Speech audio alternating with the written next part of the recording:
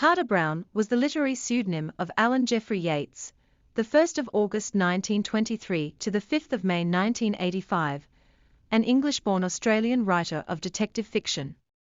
Between 1954 and 1984, Yeats published 215 Carter Brown novels and some 75 novella-length stories. Carter Brown Mysteries was a crime detection thriller series first broadcast in 1957. The Carter Brown radio series successfully sold to other territories such as New Zealand, South Africa, Canada, and the British West Indies. The Australian-produced Carter Brown radio series included a host of famous Australian talent including Ruth Cracknell, June Salter, Len Teal, Roger Klimpson, John Maylan, Terry McDermott, and Gordon Chatter. Note: most of the above cast went on to star on television.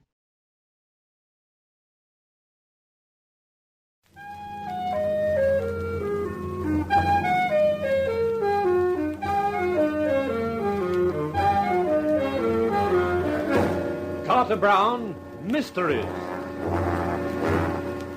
Adventures in excitement and suspense, based on the best-selling novels by the slick storytelling sensation Carter Brown.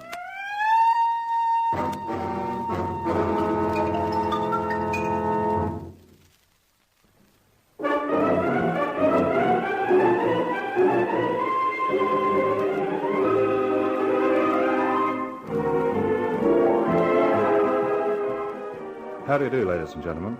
This is Carter Brown introducing another of my books, Felony in Fashion, the story of Todd Gaynor, an advertising man who sets out to promote business and winds up promoting bother of the lethal variety.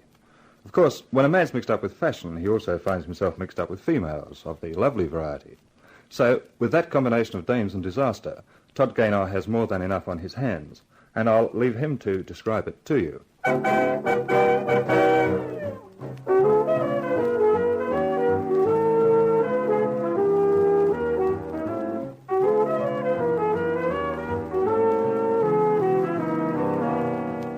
The whole thing began with a brainwave, and looking back, I wish I'd had the brain to let the wave break and get out of the way. But there you are. An advertising account executive will do anything to safeguard his account, especially when it also means safeguarding his job.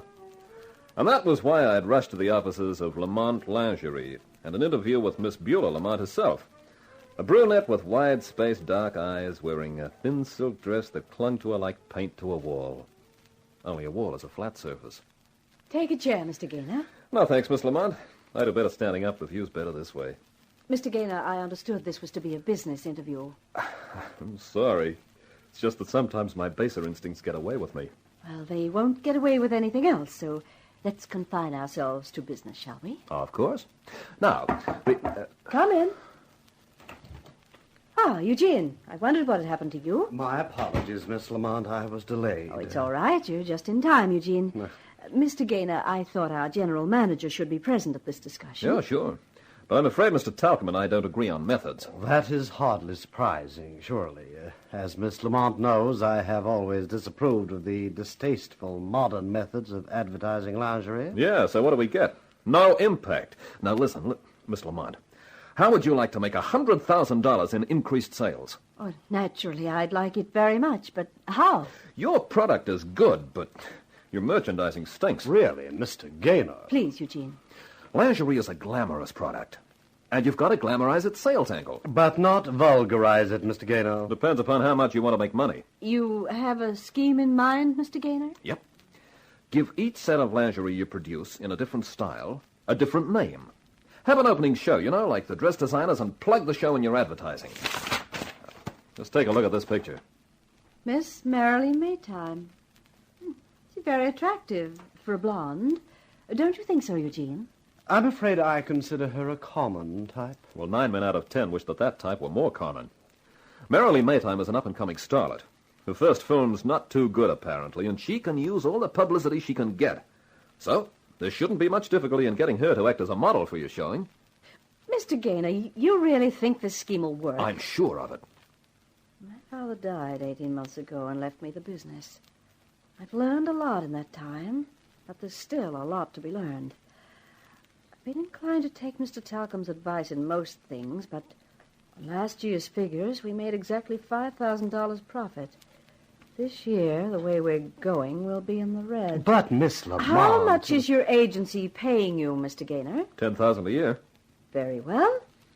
If you genuinely feel your scheme would work, I'm willing to try it. Miss Lamont, you and my Elsa will never regret it. If it doesn't work, I won't be the only one to regret it. I'll make you a firm proposition, Mr. Gaynor. I shall close my account with your agency. That was coming anyway. I simply can't afford them. But I am willing to try this plan of yours on one condition. Yes? That you take the position of advertising manager of Lamont Lingerie. I'll offer you $12,000 a year, plus a reasonable expense account. Well, that's very... It's not nice of me at all. I want to make sure you do your best to see this thing work successfully. At the end of the financial year, if we are not in the red, I shall confirm your appointment. If we are, I shall terminate your services abruptly. If I take the job, what is my relationship to Mr. Talcum? You will answer to me and only me, Mr. Gaynor. But, Miss Lamont, you can't do that. I've made up my mind, Eugene. Well, Mr. Gaynor? I'm ready to start, boss. Everything worked like clockwork. Merrily Maytime agreed, the invitations went out, the press was organized, and when the night of the showing arrived, I was feeling pretty pleased with myself. An hour before the show was due to start, I was down at the Carlton Hall checking the arrangements.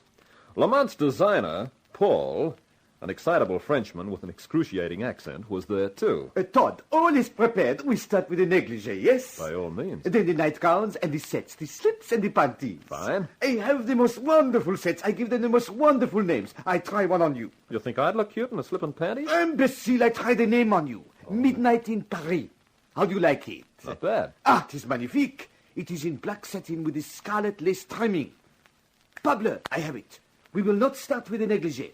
First, we give them Mademoiselle Merrily in the Midnight in Paris. It will be more dramatic, eh? Whatever you say, Paul. Bien, I go to make the arrangements. It will knock them for the loop. Now, let's see. Chairs all set up. The bar... All ready for your big night, Gaynor. Talcum. Why don't you take a powder? I just thought I'd take a look around. If there is anything undesirable about this show, I shall consider it my duty to report it to Miss Lamont. Why worry? She'll be here. Did you know, Gaynor, that Miss Maytime has a very dubious past? And just what do you mean by that? I made it my business to inquire. I thought it my duty to make sure that there was no danger to Lamont's in associating their name with Miss Maytime. And you found some dirt. Plenty. I suppose everyone has a skeleton in their closet. It would be a pity if Miss Maytime's were revealed tonight. We intend to reveal a lot of Miss Maytime, but we hadn't gone as far as the skeleton. Still, that's an idea. I hope for your sake that everything runs smoothly. Come on, Alfonso, ask someone. Hey, you guys anything to do with this show tonight? I am. I'm Lamont's advertising manager. Can I help you? I guess so. You can get me 2 seats in the front row. That's impossible. Alfonso... Sure, boss. Now listen, you... Hey, put me down! What do you think you're doing? Alfonso's a strong boy, as you can see. He only needs one hand to lift you off the floor. There ain't nothing impossible when the boss wants it done, Buster. Just let him drop, Alfonso. Okay. What are you trying to do? Jar every bone in my body out of place? I got a personal interest in Merrily. I want to see this show tonight. You wouldn't want any trouble, would you? I let Alfonso get annoyed, and before you know what's happened, he'll take the place apart. 2 seats in the front row, you said? In the center. In the center. And what names? Duke Reinhardt and friend. You just got yourself 2 seats in the center of the front row, Mr. Reinhardt. You're a sensible guy. What's your name? Todd Gaynor. I remember you. Let's go, Alfonso. That was rather unfortunate, Gaynor. Yeah, but I'll bet you enjoyed it, seeing me manhandled by that oversized gorilla. You shouldn't have let him have those seats. Shouldn't have let him? When I was being waved about in midair like an Indian club? Nevertheless, you made a great mistake allowing Reinhardt to be present tonight. Why? Because Duke Reinhardt is a dangerous racketeer. He is also Merrily Maytime's ex-boyfriend, except that he does not consider himself ex. By around 7:30, the band had put in an appearance, and shortly after that, Merrily Maytime arrived, complete with a short, fat character who I guessed was her agent. and her maid, a delicious dish with half-closed eyes. I figured a guy could have fun opening them. The maid, her name was Elise, and I registered that, went off to the dressing room, and the blonde starlet turned to me. You're Mr. Gaynor. How are you, honey? Hmm? I said hello. Hello. This is my agent, Abe Schlinkel. Hi. Are you sick or something? Or something. I don't think my blood pressure is going to be able to stand a combination of you and Midnight in Paris. Is that some sort of crack? Oh, no, it's some sort of satin with lace edging. Listen, you can talk to Mr. Gaynor after the show, baby. You better go get ready. Never keep the paid customers waiting. Oh, you might have to wait for your 15%. Is that what you mean, Abe? I never wait for my percentage. I take my cut, then you get the rest. You know that, baby. I know it, and I'm getting tired of it, Abe. What the heck? You've got to have an agent, so why not stick with a good one? I intend to. That's why I'm going to ditch you. I'll go and get ready. See you after the show, Mr. Gaynor. I'm looking forward to seeing plenty of you during it, Miss Maytime. You don't want to take no notice of the way she merrily talks, Mr. Gaynor. Mr. Schlinkel, when she's in front of me, I'm too busy looking even to hear the words. Yeah, I know what you mean. I better go see everything's all right with her. Yeah, you do that. Todd, is anything wrong? You look as though something's hit you. Yeah, a blonde with twin fenders. That, I presume, means that Miss Maytime has arrived. She has. And the band's there. Everything's organized. How about you, boss? Well, I'm not very happy with this idea of my having to introduce the show. Look, what's wrong with having two gorgeous girls on the program? With you out there fronting, we'll get that much extra publicity, especially from the male reporters. I suppose that's a compliment, but I only hope nothing goes wrong. I wouldn't like to see you unemployed, Todd. You have the gift of the subtle hint, I see.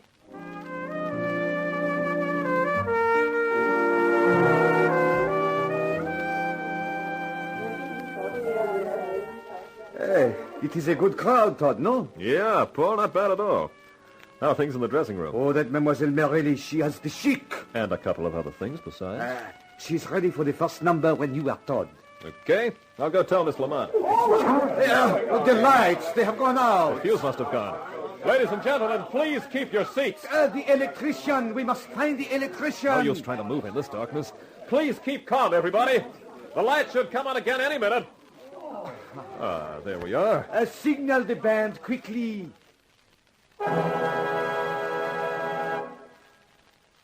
Ladies and gentlemen, I must apologize for the unfortunate accident with the lighting, but we are now ready to start the show. And without more ado, let me present the celebrated Miss Merrily Maytime to display the first of Lamont's latest creations, Midnight in Paris.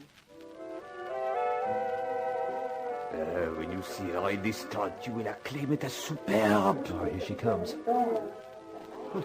Something is wrong. The slip. It should not have scarlet lace on the bodies. She's not walking properly. She has fallen. Yeah, that wasn't scarlet lace, Paul. That was blood.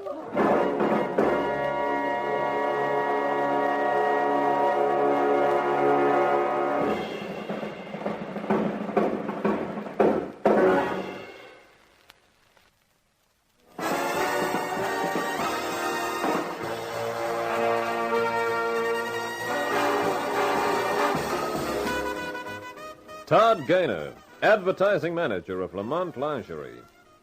Only an hour before, I'd been rolling that title tenderly on my tongue. Now I was wishing I'd never heard of Lamont Lingerie, never had thought up that brilliant publicity scheme of a showing for Lamont's new styles, because the showing had been stopped by murder. I went through the rest of the evening in a stunned stupor. From the time that Merrily Maytime sank to the floor with blood tinging her shapely bodice, to the interview with the lean, lynx-eyed lieutenant named O'Malley, who turned up from homicide. After the questioning and the statements were over, we were allowed to go. With my head still reeling from the shock and unexpectedness, I made my way to my car. Oh, Mr. Gaynor, thank goodness you've come. Hey, Liz, what are you doing here? Well, I've been waiting for you. I've just got to talk to someone, Mr. Gaynor. What about? Miss Maytime. Oh. Okay, slide over while I get in. I guess it's pretty tough on you, Elise. Your mistress being murdered puts you out of a job. That's not what I'm worried about. Oh, then what's your problem? Well, it's like this, Mr. Gaynor. This morning, Mr. Schlinkel called, and he and Miss Maytime had a furious row. I couldn't help overhearing. Uh-huh.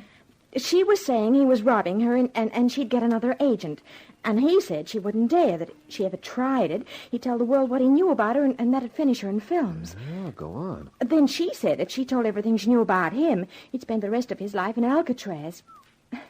He just laughed and said something about 5 wins. Then she threw something at him, and he left. Well, then what? Well, that's all.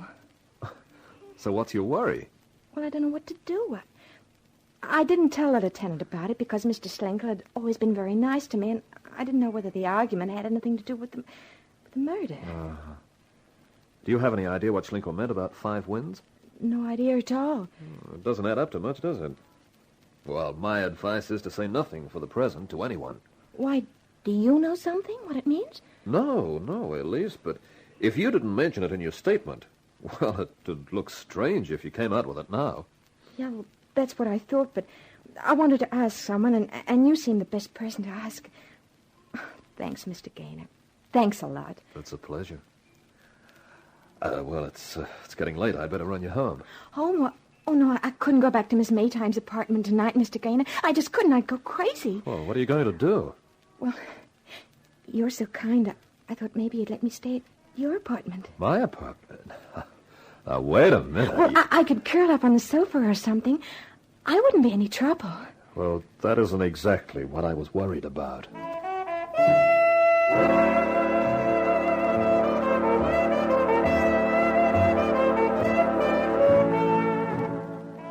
When I got into the office next morning, the atmosphere was rather subdued. Nobody talked much about the murder, but it was easy to tell everybody was thinking about it. In answer to a summons from the boss, the beautiful Miss Beulah Lamont, I went into her office for a conference. Eugene Talcum was there, too, and he wasted no time saying his say. I told Miss Lamont, and you too, Gaynor, that I was against this whole idea from the beginning. Now, look where it's got us. Mixed up in a murder. Highly undesirable. For the dead girl, sure. But callous as it may sound, not so undesirable for Lamont Lingerie. In what way? I figure it's made us about $1 million worth of publicity. Publicity? Just a minute, Eugene. Todd's right. It may be horrible to say, but it's true. All we have to do is to make sure that we get our ads for the new styles in the papers. And you'd better start the factory working double time. There's only one thing wrong with that. What's that, boss? Miss Maytime was murdered a little too quickly. She didn't have time to model more than one set. That means we haven't any pictures of the new styles. And at such short notice, we can't get them. Oh, we'd need a model. That's where you're wrong. We've got a model. Who? You. Miss Lamont? Modeling those... You're out of your mind, Gaynor. Oh, Eugene's right, Todd. I couldn't do that. It's the only answer if you want those pictures in time. But it's absurd. What are your vital statistics? 37, 26, 37? If you call that absurd, you don't look in your mirror. I won't hear of it. The owner of Lamont Lingerie, descending to modeling the garments manufactured in her own mills, it's sordid and disgusting. If we have to close the mills down because we can't sell our product, it would be even more sordid and disgusting. In your father's time, Miss Lamont, the business always prided itself on being a conservative concern, thinking only of the good quality of its products and its prestige in the business world. Already, in less than 24 hours, you have turned it into a dime store novelty with business methods straight out of a comic strip. I am to take it, then, Eugene, that all you can do and intend to do is offer criticism of the way I run my business, whilst everyone else is left to do the work? I will not associate with these cheap-jack methods of merchandising. Then your usefulness as general manager seems to have terminated. I'm afraid, Miss Lamont, that isn't quite as easy as all that. Your father had different ideas of my value to the organization. I might remind you that I have a contract with Lamont Lingerie, a watertight contract. That was how Mr. Lamont wanted it. You never know, Eugene, he said. You never know what may happen if I should die. An inexperienced girl will take my place. She will need the support and advice of a capable executive who understands the business. Unfortunately, you have consistently ignored my advice, Miss Lamont. Should you change your mind, I am, of course, at your disposal. Good morning. Good morning. Oh, it's you, Lieutenant. Excuse me. Did you want to see me, Lieutenant O'Malley? No, Miss Lamont. I wanted a word with Gaynor. They told me he was in with you. I called on him at his apartment this morning, but does he answer the door? No. A babe answers the door. And what a babe. Really? Is there somewhere I could talk with him in private, Miss Lamont? You can have this office, Lieutenant. I have to go and make arrangements about some photographs anyway. I'll leave word that you're not to be disturbed. Thank you. You know, Gaynor, you could call me surprised when that maid Elise opened the door of your apartment. Yes, Lieutenant. So surprised that I had to talk to her. Quite a talk. She told me a few things I didn't get around to hearing last night. Yes, Lieutenant? All about the good advice you gave her, about not telling me about the row between the Maytime dame and her agent Schlinkel. Yes, Lieutenant. So after I left her, I went around to see Schlinkel. I thought we should have a heart-to-heart talk, but we didn't. No? No. He found it hard to talk with his throat cut. What? That's right. Somebody had walked in on him and lacerated his larynx. Schlinkel? Yeah. So you can understand why I was so anxious to talk to you. You second cousin to a cretin! If it wasn't for the fact that the doctor established the time of death as around 5 this morning, when you were in your bedroom with the maid on the sofa outside, I'd book you on a double murder charge. I have an alibi? Yeah. And that lets me out? Yeah. Well, in that case, kindly don't raise your voice to me, Sergeant. As a taxpayer who contributes to your salary, I don't like it. I might remind you, patrolman, that you owe your job to people like me, ordinary, decent, tax-paying citizens I hadn't finished, Mr. Gaynor. I wouldn't dream of booking you on a double murder charge in view of your alibi. But there are plenty of other things, like withholding vital evidence, for instance. That's a Lulu, worth about 7 years in the pen. Now, Captain, I spoke hastily. Please forget every word I said. Sure, Mr. Gaynor. On one condition. You just name it. All you have to do is get down on your knees in front of me and say, Lieutenant O'Malley, I'm very sorry for all the trouble I've caused you, and I promise it won't happen again. What? After that, you say, as a tax-paying idiot of a citizen, I am not really worthy to lick your boots, Lieutenant. No, I won't do it. You can get down on your knees, or you can have the withholding evidence charge thrown at you, Mr. Gaynor. Take your pick. Do you mind if I wipe the floor first? This is a new suit.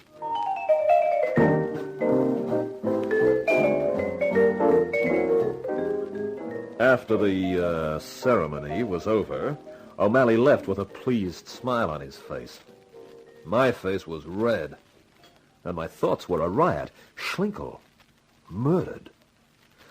Well, while I was trying to make sense out of it, the door opened, and the boss walked in. The lieutenant finished with you, Todd? Yeah, boss. What did he want? Oh, just a few more questions. How did you make out with the arrangements for the picture? Oh, everything's fixed. I feel a little apprehensive about it. Oh, you'll be terrific. But, look, what are you going to do about talcum? Has he really got that contract he was talking about? Oh, I'm afraid so. I was overseas when my father died. He must have arranged that contract as a sort of safeguard for me. Well, in a sort of a way, I can see how Talcum feels. I mean, he's probably been general managing the business since before you were born. No. He was only made general manager 6 months before Father died. He'd only been with the firm about 3 years. Well, your father must have thought a lot of him. I guess so. But I'm more interested in seeing that we make a profit than in what my father thought. That's why I'm making you assistant general manager and acting general manager until Eugene regains his senses. Hey. Well, I just don't know what to say. Don't say anything, Todd. Just live up to my confidence in you. I'll do my best. Did Lieutenant O'Malley have anything interesting to say about the murder? Only that there's been another one. Another one? Yep. Abe Schlinkel, the Maytime girl's agent. He was murdered in his apartment. But why? Search me. It may have something to do with what Elise, the maid, told me. What was that? She overheard an argument between Merrily and Schlinkel. Apparently, Merrily had something on Schlinkel and vice versa. She was threatening to expose him or ditch him as an agent, and he was telling her that she wouldn't dare because of something to do with 5 Winds. Have you ever heard of anything called 5 Winds? What? 5 wins. Does that mean anything to you? Why, it's perfectly ridiculous, of course. One of those crazy coincidences that you don't believe in until they happen to you. What are you talking about? It so happens that the Lamont country house is called 5 Winds. Father died there.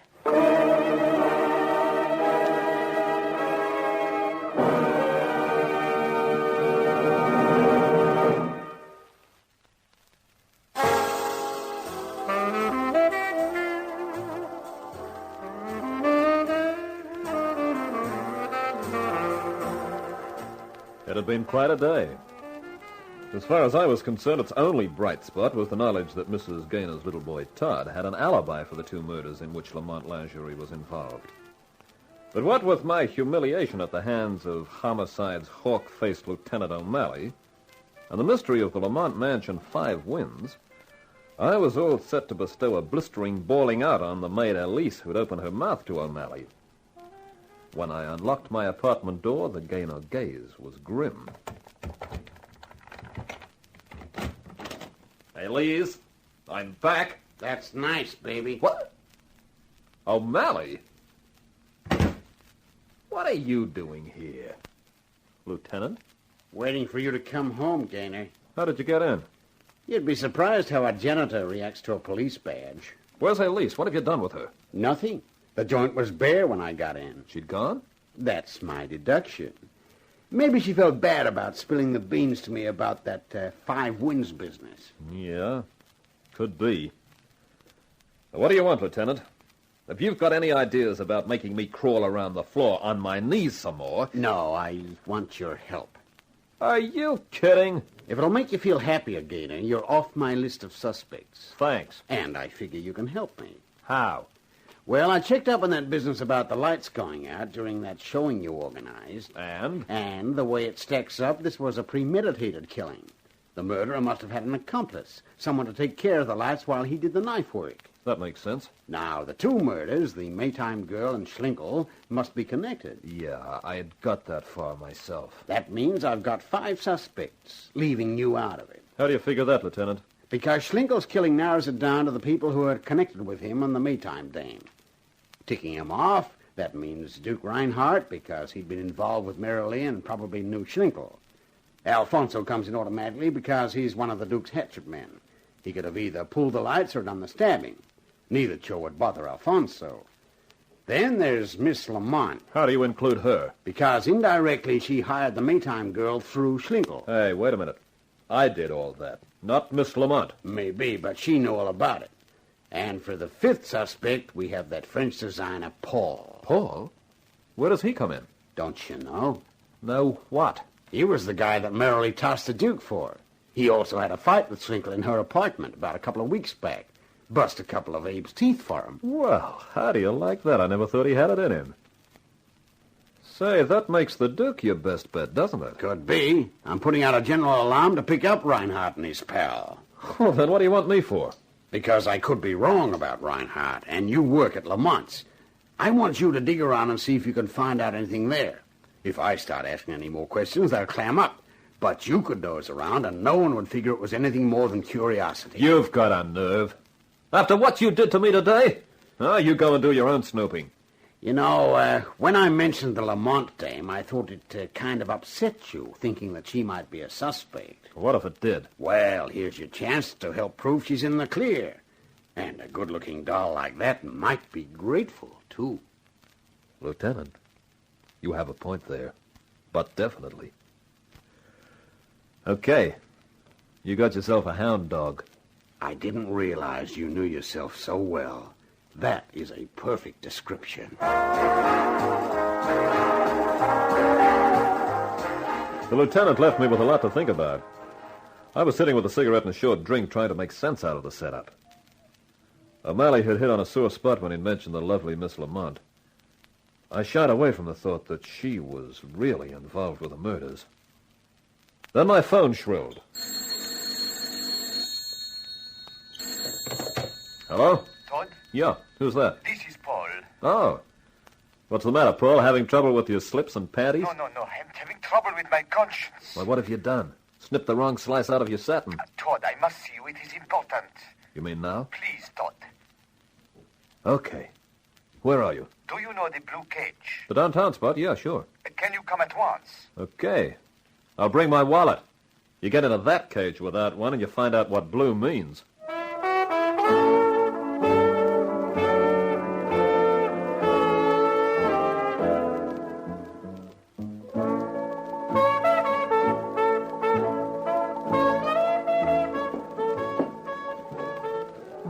Sure have a cute gimmick in this joint. Blue lights, blue music. Makes you feel as happy as a guy who's got 6 months to live. Thank you for coming so quickly. Well, you said it was important. It is. I have something to show you, a picture. A picture? You didn't drag me down here just to show me the publicity shots they took today. No. But those were magnificent, Todd. It was an inspiration to use Mademoiselle Lamont as the model. Never before do I realize she has the shape so superb. Why, you're too busy designing curves to look at them. Please, we are off the track. Okay, let's get back on it. What's this picture you're talking about? Here. See for yourself.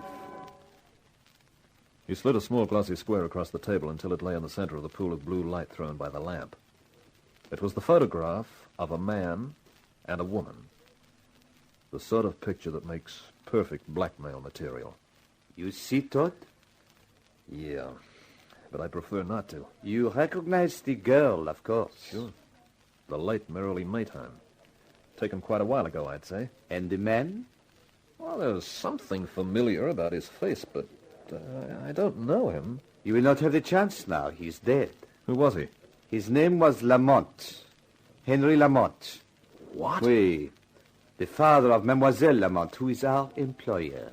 So that's why Merrily ditched Duke Reinhardt for you. You were holding this over her. You think that? What else? I think I could kill you for that. Wait a minute. Take it easy. If I'm wrong, I apologize. But it seemed the obvious thing to think. Well, how did you get this picture? I find it this afternoon. Among the things brought back from the Carlton Hall last night. It was under one of the sets. I thought it must have fallen or been dropped among the lingerie. And then in the haste of gathering it up, no one noticed it. Yeah, that could happen, I guess.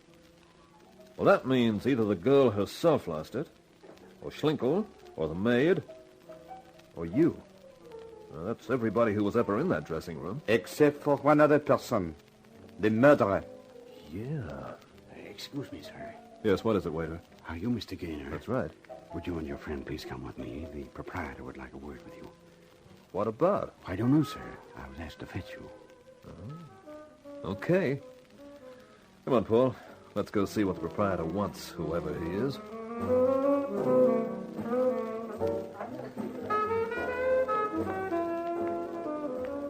That's the door there, Mr. Gaynor. Thanks.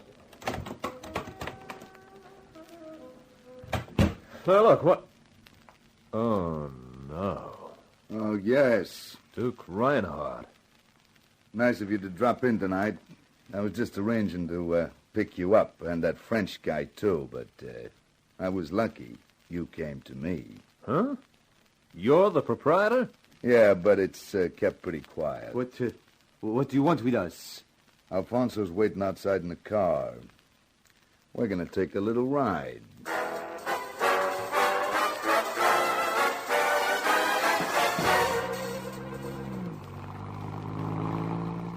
Look, what's the idea, Reinhardt? Where are we going? Button your lip, Gaynor. I'll have Alfonso do it for you. He'd enjoy it.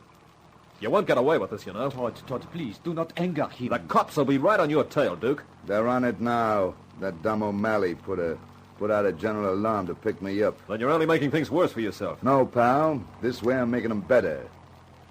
This is the place, Alfonso. Pull up here. We're getting out of here, Gaynor. What for? You'll find out. Come on. Yeah. I figured I didn't have to tell that French character to sit still. One look at Alfonso and he nearly fainted. Well, you tell me what this is all about. Where are you taking me? Don't you know this house? This is where your boss lives, the Lamont dame. What do you want with her? The pleasure of her company. All right, ring the bell. And don't try any funny stuff. There are half a dozen guys who could tell you I'm a good shot. If they could talk, that is.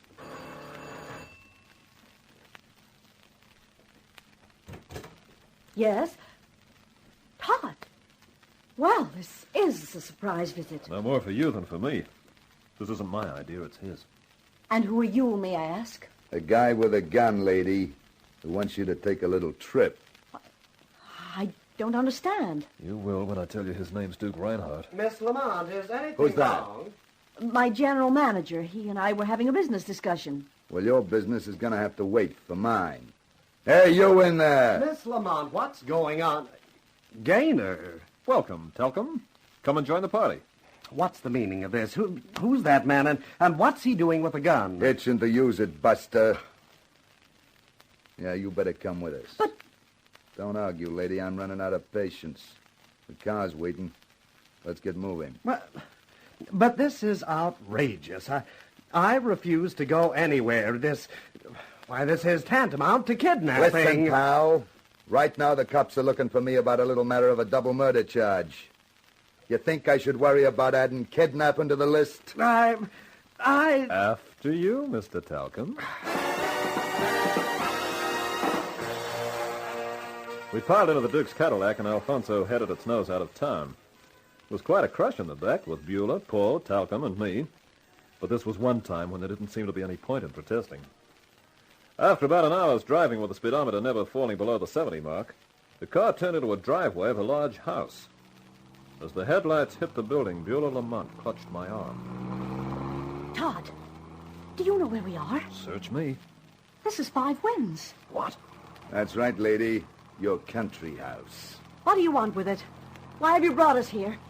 Well, I'll tell you. The joint's empty, isn't it? Yes.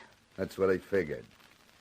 We'll be safe from any interruptions. You're keeping us prisoner? Yeah, you can call it that. But why? For what reason? Marilee Maytime was my girl. Once. Now I'm being tagged with her killing. And that jerk Schlinkel's. So I decided to handle things my own way. But why bring us into it? Because one of the people in this car is the murderer.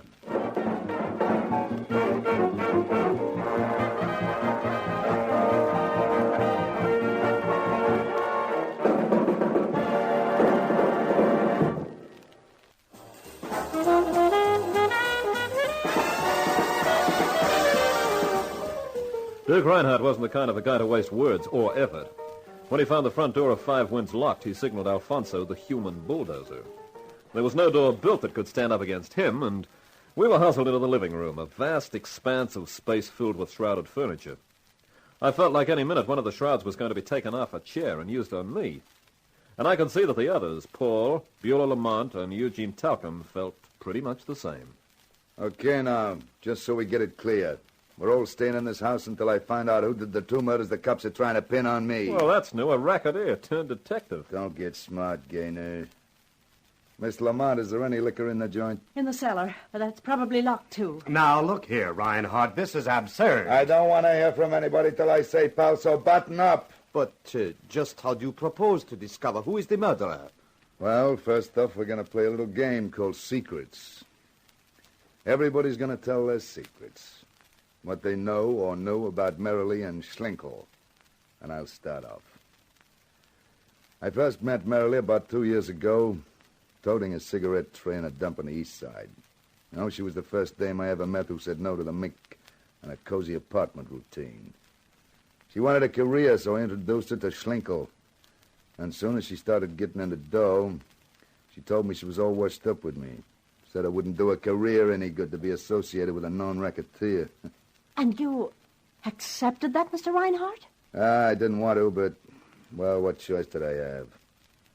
When I heard she was doing that modeling job for you, Miss Lamont, I thought it might be a chance to see her. That's why I came. Perhaps it is my turn now. I have not much of a story. I met Marilee maybe 9 months ago. She's modeling. We go out, we like each other, c'est l'amour. But she tells me we must not be seen together. She has the jealous ex-lover, a gangster, and he will kill me. So we are very careful. Then the Hollywood chance comes for her. After that, she is so careful that I do not see her at all. Then I realize that the gangster and I, we are friends. We have both received the brush off. And so when she comes to do the modeling job, you lose your temper and kill her. Is that it, Frenchie? No. I am with Todd. How can I kill her? Reinhardt, since I only came along for the ride, as it were, perhaps I might make a suggestion?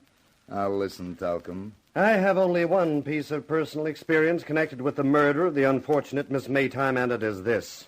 Todd Gaynor suddenly came rushing to Miss Lamont with his idea. It was he who organized the showing and persuaded Miss Lamont to engage Miss Maytime. I should like to ask Gaynor just why he had the idea, and just why he was so insistent that Miss Maytime should be the model. Yeah. How about that, Gaynor? That's ridiculous. I never met Merrily until the night of the showing. Maybe someone paid you to organize the thing and to do the killing even, huh? Look, I was reading a magazine which had a picture in it. It struck me it'd be a good idea to get her as the model, that's all. I don't think I believe you. Alfonso. Yeah, Duke? I think you better take Gaynor outside someplace and persuade him a little. When he's all persuaded, you can bring him back in here. Boss, it'll be a pleasure. And I know just the place. The cellar.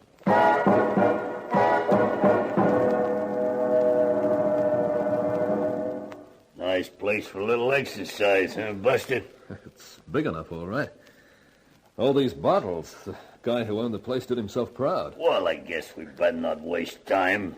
The boss says persuade you, and that's just what I'm gonna do. Only do me a favor, pal. Be obstinate. Okay, I will. With this bottle. You're a scream, pal. You think a bottle's gonna stop me? I ain't even gonna use my gun on you. I'm gonna take care of you with my bare hands. Guess you're just a one-bottle man, Alfonso. No, I didn't shoot him. I just figured a shot in the cellar might worry some of the people upstairs. Then I started for the living room, moving as quietly as I could. The living room door was half open, and I could hear the conversation. That was a shot, I tell you. That ape might have killed him. Oh, relax. Alfonso wouldn't kill him. That shot was probably only to frighten him. Well, it didn't. What? Drop the gun, Reinhardt. You heard me get rid of Alfonso, didn't you? You want to go too? Drop it. Thank you. Good work, Gaynor. Now we Pipe down. And that means everybody. Duke, I'm going to short-circuit your search for the murderer. Yeah? Yeah. I've got a few ideas of my own. Like the accomplice. The guy who turned the lights off for Merrilee's murderer. No one seems to have thought of Schlinkel. You mean... Sure. Why else would he be murdered, except to keep his mouth shut? But why would he be an accomplice? Why would he help to kill Merrilee? Well, I've been doing a lot of thinking about that, and here's how it seems to me. Elise, the maid, told me about the quarrel between Merrilee and Schlinkel, where they mentioned 5 wins. That's the name of this house. That's right, Duke. And I think I know what 5 wins meant to the girl and her agent. What, Todd? A photograph. The type of picture that's usually touted around the waterfront dives, a man and a woman. The woman was Merrilee Maytime. Hey, you're lying. She wouldn't do a thing like that. I saw the picture. I figure the murderer was showing it to Merrilee just before she was killed and must have dropped it in his hurry to get out. Paul found it later. What's that got to do with 5 wins, this house? Well, I'm sorry about this, Beulah, but the man in the picture was your father. No. No, Todd, you must have made a mistake. It can't be true. I wish it wasn't, but the whole story's in that picture. Somebody wanted that picture to blackmail Henry Lamont. So, he went to Schlinkel to find the right girl. Schlinkel produced Merrilee. I figure the client was probably a good amateur photographer and took the pictures himself. But why, Todd, why? I'm coming to that. Well, Merrilee gets a Hollywood break, decides to get rid of Schlinkel. He threatens her with the exposure of her part in the blackmail. Comes the Lamont showing, and I think Merrilee's got a bright idea.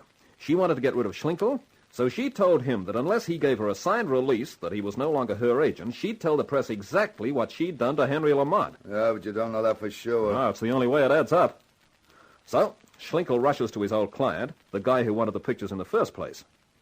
Because the client would see that if Merrilee blew the works, he'd be in strife too. And that was when the murder plot was cooked up. And when Schlinkel signed his own death warrant because he not only knew about the pictures, he also had the murder to hold over the client's head. So Schlinkel went the way of all flesh. Yeah, it figures. Only why was this stunt worked on the Lamont guy at all? Miss Lamont, didn't you tell me your father died while you were abroad? Yes. And when you came back, you found that someone who'd been quite a small fish in the firm was a senior executive with a watertight contract? Yes. How do you rate as an amateur shutterbug, Eugene? If you are inferring that I am the murderer, Gaynor, you must be even more of a maniac than I thought, which is saying a great deal. Now, drop your gun, Gaynor. Hey, that's my... Your gun, Mr. Reinhardt, yes. Nice of you to let it lie on the floor, Gaynor. Now, drop yours. That's better. One last thing. The keys to your car, Reinhardt. I've got them. You? How did you get them? I went through Alfonso's pockets in the cellar. He was driving, remember? I took his gun and the car keys. That was very thoughtful of you. Throw them to me. That's being sensible. Now I'll say goodbye. Too bad your game of secrets didn't work out quite as you planned, Reinhardt. Todd, we must do something. He will be 100 miles away before we can get the police. Relax, Paul. He won't get any further than the front drive. What? I was wondering what you were pulling. You've got the keys to your Cadillac. Yeah. Yeah, I threw him the keys to my Jaguar. If those keys fit the caddy, the two manufacturers are going to feel insulted. Let's go get him. I owe him something for Merrily. Hold your horses, Duke. By now, he'll have found the keys don't fit. What do you think he'll be doing? He will come back here, perhaps? No. He'll realize the only way out is the car. If he can't use it, he'll make sure we don't. He'll be sitting in that car with the headlights on to prevent us getting to him. You're right, Todd. But what can we do? Only one thing. Go look for a rope. It took a few minutes to explain my idea. The house had 2 stories. With a rope, I figured I could let myself down from one of the front windows onto the top of the car. With Paul making sure the rope held, I slid down it and landed on the roof of the caddy with a thump. Then I took my courage in both hands, wrung it dry, and slid down the back of the car, wishing they'd never thought of widening the back windows. There seemed an awful lot of glass to slide over. I hit the gravel with a scrape, reached for the extra piece of rope in my pocket, and undid the cap of the petrol tank. Fed the rope into the tank, gave it a few minutes to let the petrol soak in, and then lit the end. As soon as the rope flared, I started running. I made about 12 feet and hit the gravel, hugging it like a blonde who felt lonely. The tank exploded, and as the flames bit around the back of the car, the door opened and Talcum came plunging out. At the same time, a figure came diving down the porch, Duke Reinhardt with a gun in his hand, the gun I'd taken from Alfonso. You're not getting away with it, Talcum. No!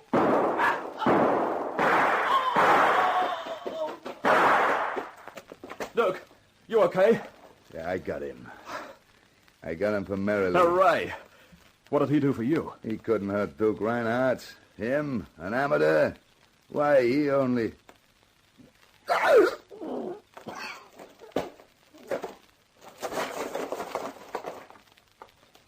The tough part is, Duke, that even an amateur can get lucky.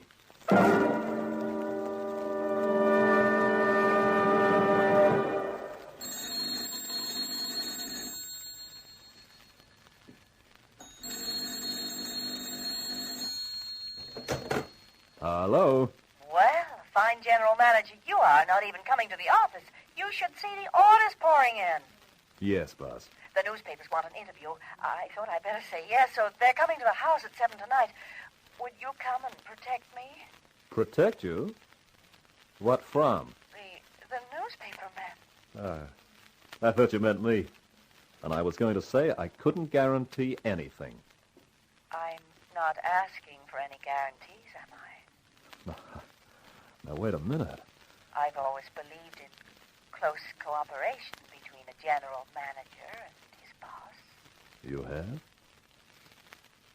Well, just you stay right where you are. I'm coming to prove just how close that cooperation can be.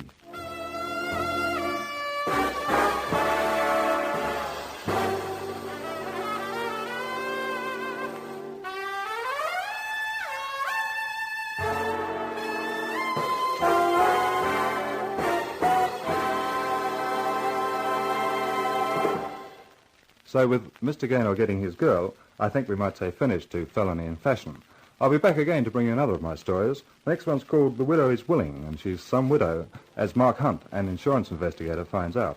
So this is Carter Brown saying so long for now. Be seeing you.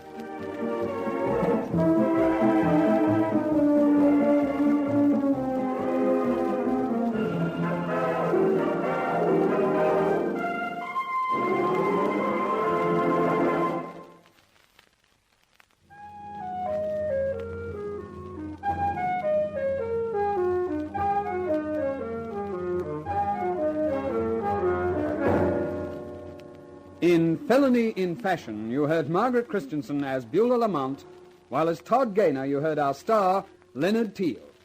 The Carter Brown Mystery Theatre, based on the best-selling novels by Carter Brown, is dramatized and directed by Maurice Travers for Grace Gibson Radio Productions.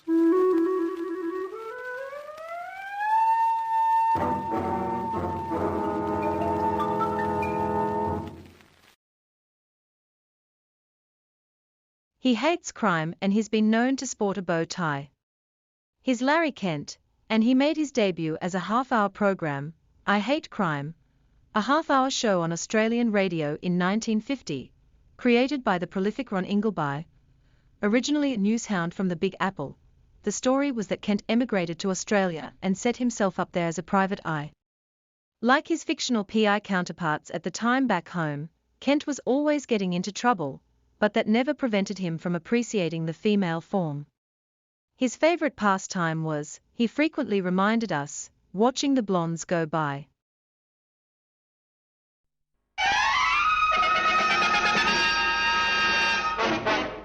The invitation had a gold edge on pink paper. The lettering was black. The words went, "You are cordially invited to an unveiling of George's fashions for the future." Then it gave the date and the street address. George was one of the bigwigs in the women's fashion game. If he had a surname, he discouraged the use of it. Just plain old George with a French accent, thank you. I had no idea why George sent me an invitation, but as I had the time on my hands, I went along. I was early. So were the 50 or so people in the display room. Most of them were old ducks, and some had their husbands along. One of the husbands, a little Casper milk toast of a man, came over to me with 2 drinks in his hand. Have one? Oh, thanks. Triple scotch. Who are you trying to forget? Not who. All this. Cheers. Cheers. Don't you like fashion shows, huh? Hate 'em. My wife drags me along. That's her over there, with the peacock feathers in her hat. Oh. Yes. I feel the same way. Well, won't your wife miss you? Only when she wants me to use the checkbook. I'm very good at signing checks. Ladies and gentlemen. Ladies and gentlemen. Thank you, ladies and gentlemen, thank you. And welcome to the unveiling of my fashions for the future. I, of course, am George. Thank you. And now for the business at hand. Music, maestro. Well, what a smart boy, huh? He's even setting a mood. Very expensive music, that. Everything is expensive. If George smiles at you, it's time to reach for the checkbook. Now, my dear friends, we are ready for the big moment. First, my creation for evening wear. I have called this creation Blue of Dawn. Here we are. Oh, lovely.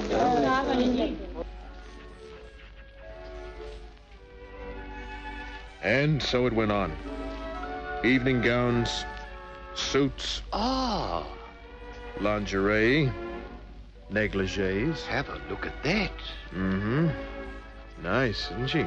I'll say. Well, she winked at you. Yeah, a friend of mine. I had no idea she'd be modeling here today. What's her name? If I'm not being too bold. Marla Newton. Very nice. Charming. Such beautiful eyes. We were standing near the platform at the extreme end. Marna came along the platform. Larry. Why, she's talking to you. Yeah. What is it, Marna? See you after the fashion show? Sure. Coffee shop next door. Mm-hmm. I want to have a talk with you. Right.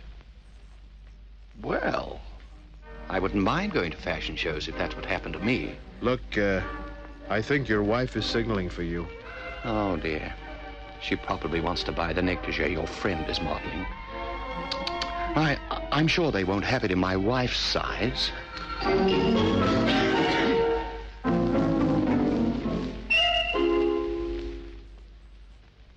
I was sitting at a rear table in the coffee joint. There were about 6 other guys, all escorted. They forgot about their escorts when Mana walked in. She was wearing a tangerine wool dress. Those lucky sheep. Hello, Larry. I was so glad to see you there. Ditto. Coffee? Thank you. Another coffee, please. Well, what is it you want to see me about, Mana? A body. You said body, didn't you? Yes. In my living room. That's a fine place to keep a body. That's just it, Larry. Uh-huh. You mean you want me to get rid of it? Yes. And that was why you were so glad to see me, huh? Yes. Mana, I'm a private eye. I don't think you understand. I didn't kill Ed. Oh, you're pretty familiar with the corpse. His name is Ed Murphy. He was a friend of mine. Seems to me I've heard that name. He was well known around the nightclubs. Played polo, drove a racing car. Yeah, I remember now. You got any idea of why he should be dead in your living room? No. But he had a habit of just dropping in on people. He had a set of skeleton keys. He'd just open the door and go in. It's odd he lived this long. How was he killed? Knife, I think. From the way his clothes are torn. Larry, I didn't kill him. I didn't say you did. Come on. We'll skip the coffee. Have a drink at your place.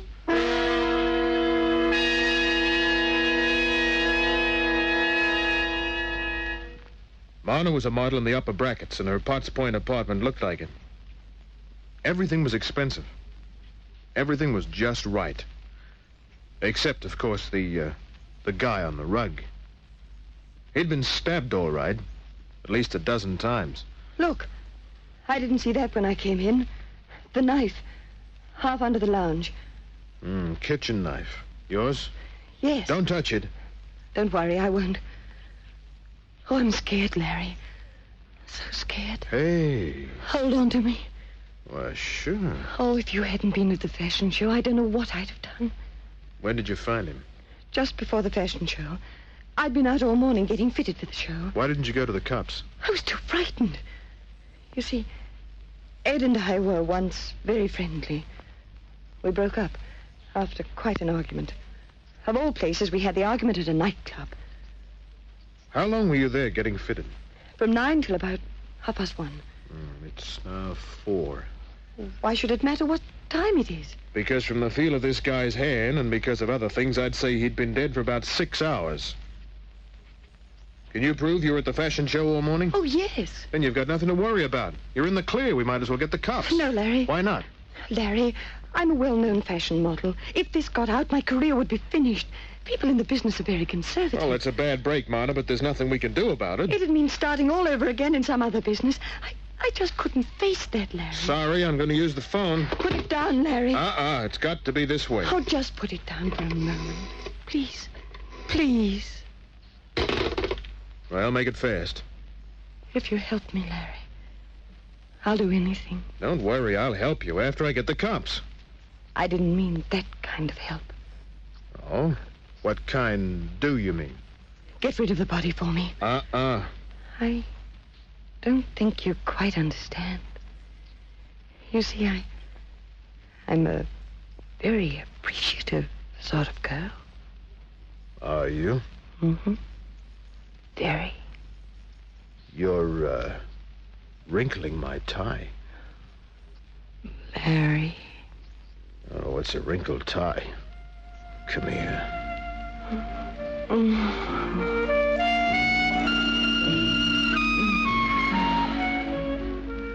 Yeah. Now do you understand? You're quite a girl. I'll confess something. Yeah? During all the time I've known you, I've wanted you to do that. Maybe you should have cooperated earlier.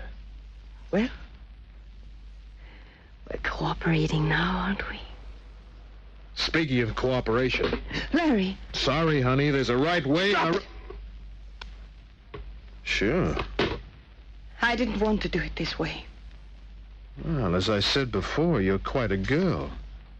A kiss 1 minute, A gun the next. I don't want to use it. Put your hands on top of your head Why? so I can take your gun. Which was what she did. Keeping the muzzle of her fancy .25 against my back. A .25 slug is pretty small, but that doesn't make it any less deadlier than another slug when it hits you in the right place. You're going to help me get rid of the body, Larry. Am I? You're going to carry him out the back way to my car. Then we're going for a drive.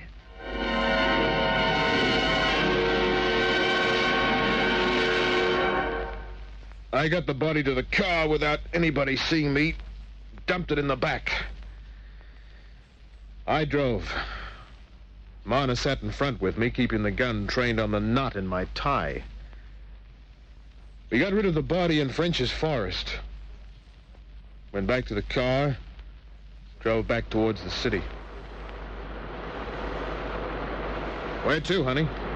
Your place. You can give me a drink. Well, that was what happened. She even poured the drinks herself, keeping her gun on me all the while. She took her drink, backed away. I took mine. I was out of scotch, so it was neat Irish whiskey. Here's luck, Larry. You're going to need it. Not thinking of turning me in, are you? If I said I was going to turn you into the boys in blue, would you shoot me? I'd very much dislike to.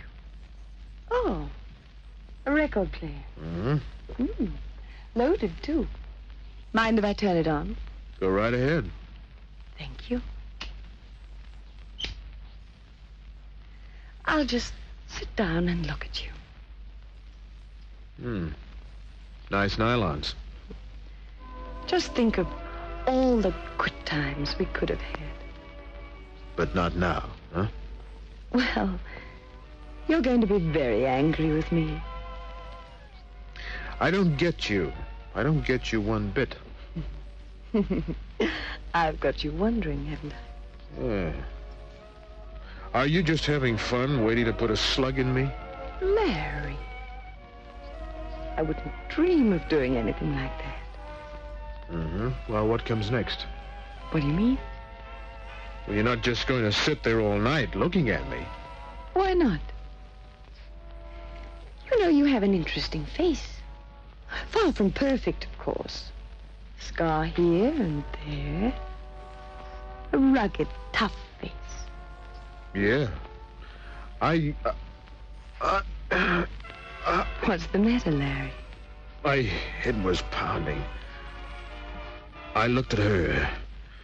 She was smiling. Then her face blurred. Headache, Larry?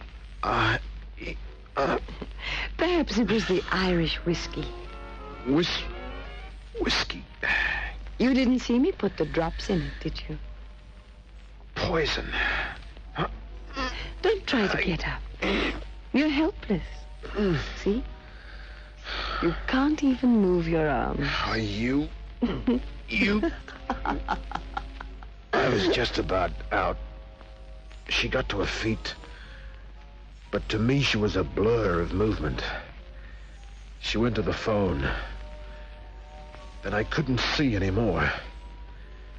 The last thing I heard was...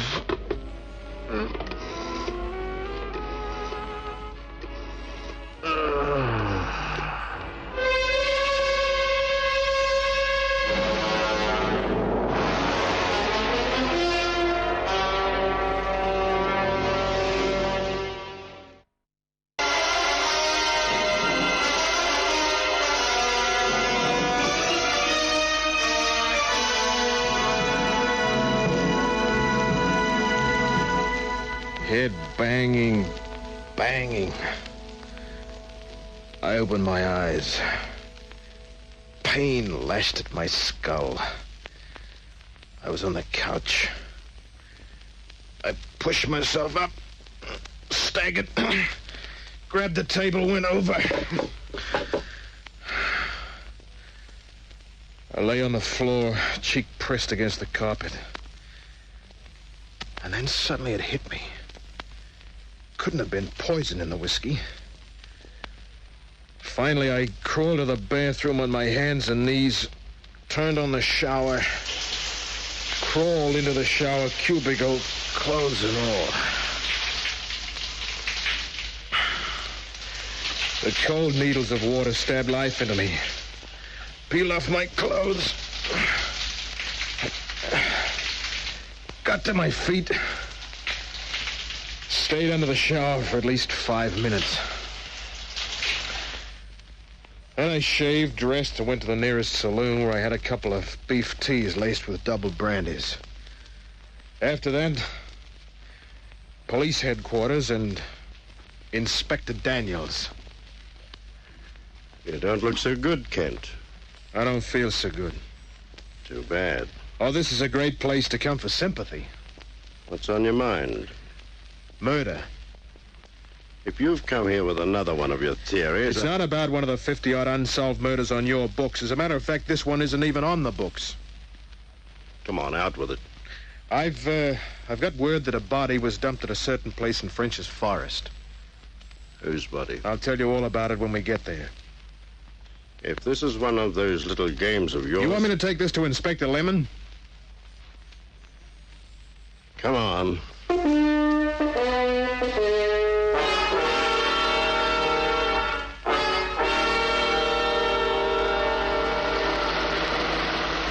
Turn off the road on that clay patch. Yeah.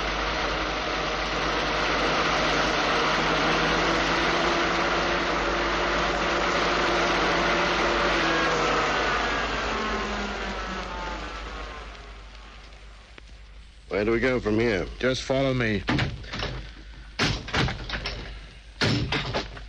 Yeah, straight this way. If there's a body out here, Kent, how do you know about it? I'll tell you when we find it. It's just behind this bush. Well? Well, it was supposed to be just here. Ah. It was supposed to be, eh? Yeah. And where is it now? Oh, I haven't got the slightest idea. Kent, your license comes up for renewal next month. Yeah? And do you know who's going to write a nasty little letter to the commissioner? Yeah. Ever done much hitchhiking, Kent? So long, Inspector.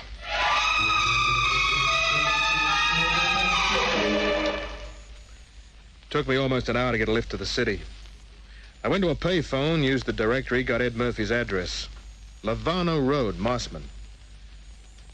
It was a brick cottage. There were no lights burning. On the corner was a milk bar. I went in. There was a young blonde behind the counter. Do something for you? Yeah, maybe. Do you know a fellow named Ed Murphy? Mr. Murphy? Yes. Oh. He's an awful nice man. Tells you how beautiful you are, huh? Look, I'm a reporter. I'm working on a story about Ed Murphy. I know he's a man about town and a good sportsman. Oh, he's a sport, all right. Yeah. Uh-huh. Well, the point is, he's not home, see? So I wonder if you could give me a few facts. Like, for instance? Is he married? Oh, no. Lives alone? Oh, yes. I know that because... well... Yeah. Thanks. Is that all you want to know? I think so. If there's anything more, I get off at 11 o'clock. Oh, fine. I might come back for a, milkshake. I went to Murphy's place, walked around the back, got out my skeleton keys. Tried the knob. Didn't need the keys. I went in. Reached for the light switch on the wall. What? The guy was just standing there scared. The place was a shambles. He made a move, but I put my right fist in the way. Followed with a few more.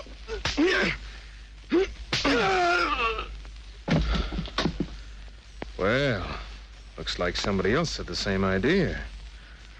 Let's see who you are, Buster. Uh-huh. Driver's license. Fred R. Cunningham. Hello, Freddie. What were you looking for, Freddie? Do you know Ed Murphy? Yeah.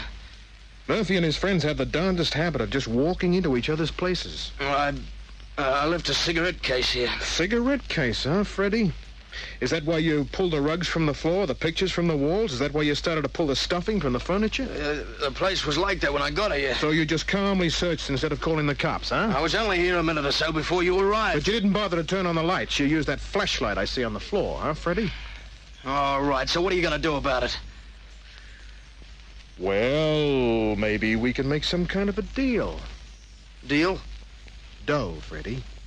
You mean if I offer you some money? I won't call in the cops. How much money? You make the offer. £50. Oh, it's worth a lot more than that, Freddie. Just for entering a house? And for doing a couple of $100 worth of damage. I told you it was like that when I got here. No, Freddie, no. You did that. You were looking for something specific, and you didn't find it. Something worth a heck of a lot of dough. You seem to know a lot about it. I didn't, but I wanted him to think I did. He was a pretty boy, this Freddie.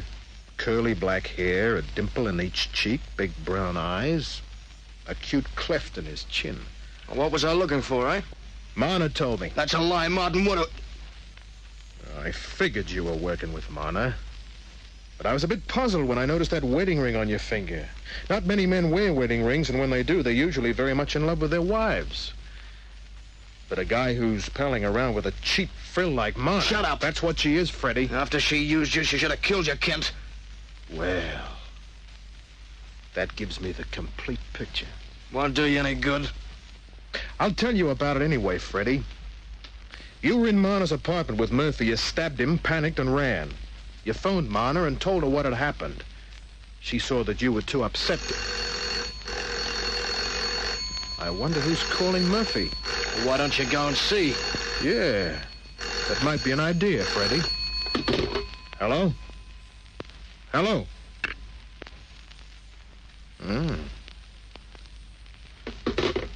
Wrong number? Yeah. I think you were wrong right along the line, Kent. Maybe the cops won't think so. You got nothing at all. I got plenty. To establish a murder, you're going to have a corpse. And you got rid of the corpse after Marna and I dumped it, right? That's right. While I was unconscious after Marna slipped me the Mickey. Yeah. And then you came here and started looking for the... The what? Taking a blind stab, I'd say letters or maybe a photograph or two, huh? Go on. Well, it's pretty simple, really.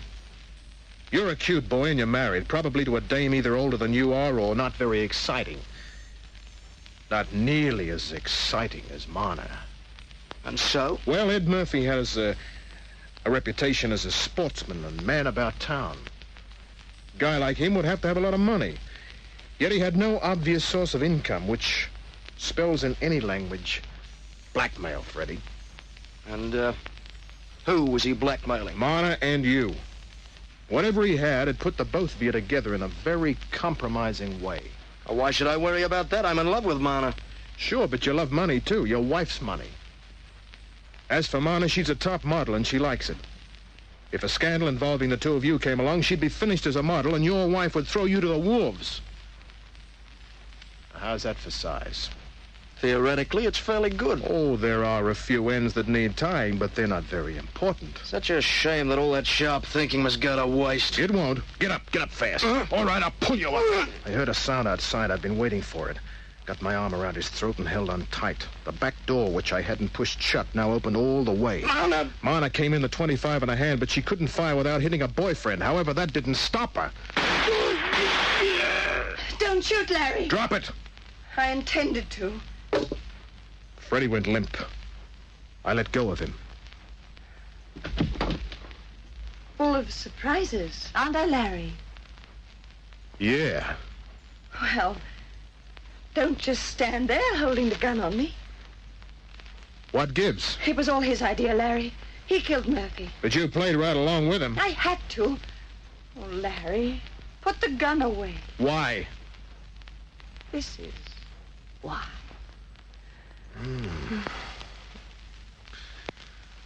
His kisses could never make me feel like this.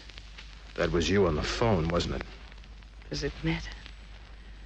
Oh, does anything matter? It was a prearranged thing. You would have phoned to see if everything was okay.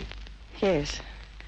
When I heard your voice, I knew what I had to do. We can leave him here. He killed Murphy.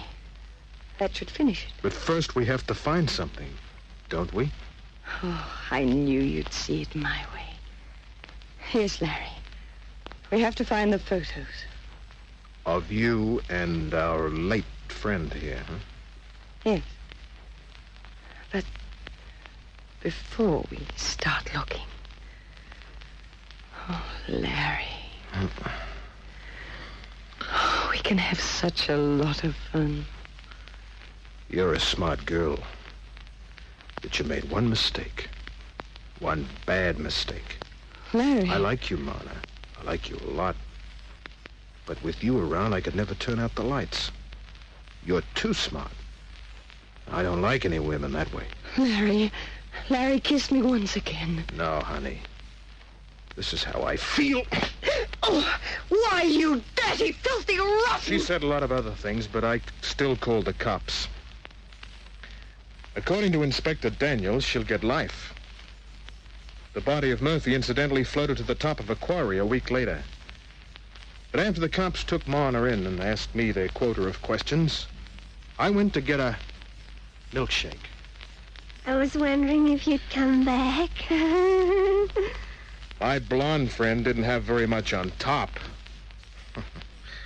But who cares about an empty attic? Good night.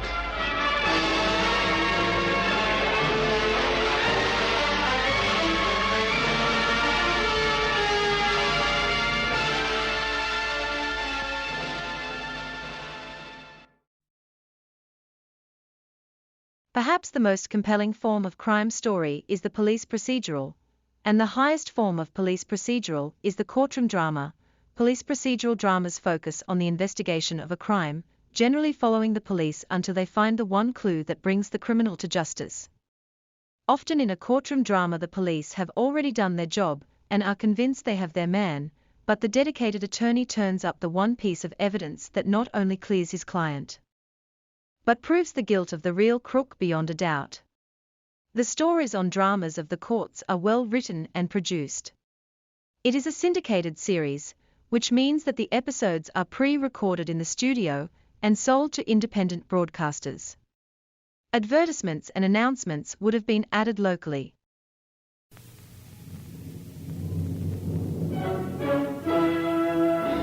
Dramas of the court.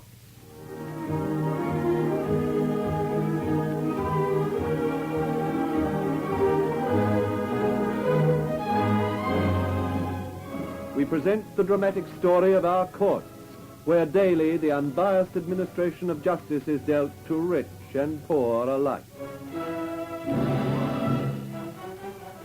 These dramatizations in fictionized form are typical of the human interest dramas that daily crowd our courts. Tonight, the clue of the ballpoint pen.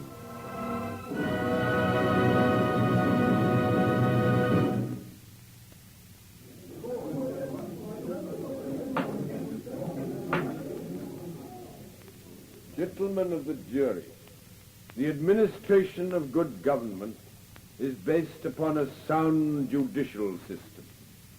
In considering the case before you, weigh carefully all the evidence and be convinced beyond all reasonable doubt of the guilt or innocence of the accused before delivering your verdict. Brown versus Rodney Archer and Jane Williams. If it hadn't been for the chief's intuition, as he calls it, I would never have been on the case in the first place. The chances are, though I say it myself, the truth would never have come to light. It just goes to show how unlucky some people can be. The whole thing began, as far as I was concerned, one morning when the chief called me into his office. Hartwell, I want you to take a run down to Hazelwood. What's happened, Chief? There's been a car smash. fellow named Leonard Williams crashed his bus through a safety fence down a 200-foot embankment onto the main South Road between Hazelwood and Fenchurch. Rather careless of him, wasn't it?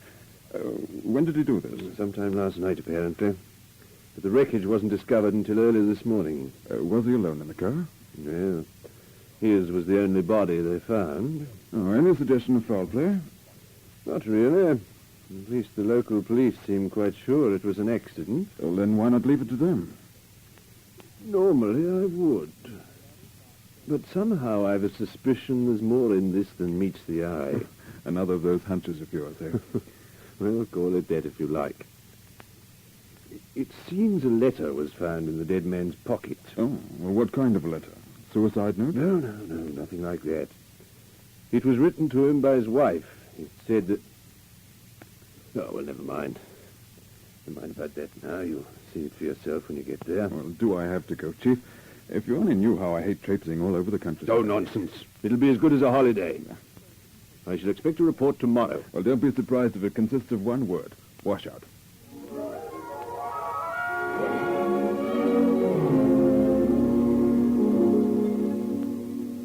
I wasn't optimistic as I drove down to Hazelwood, and I had no cause to feel any different when I got what they knew of the story from the local sergeant of police.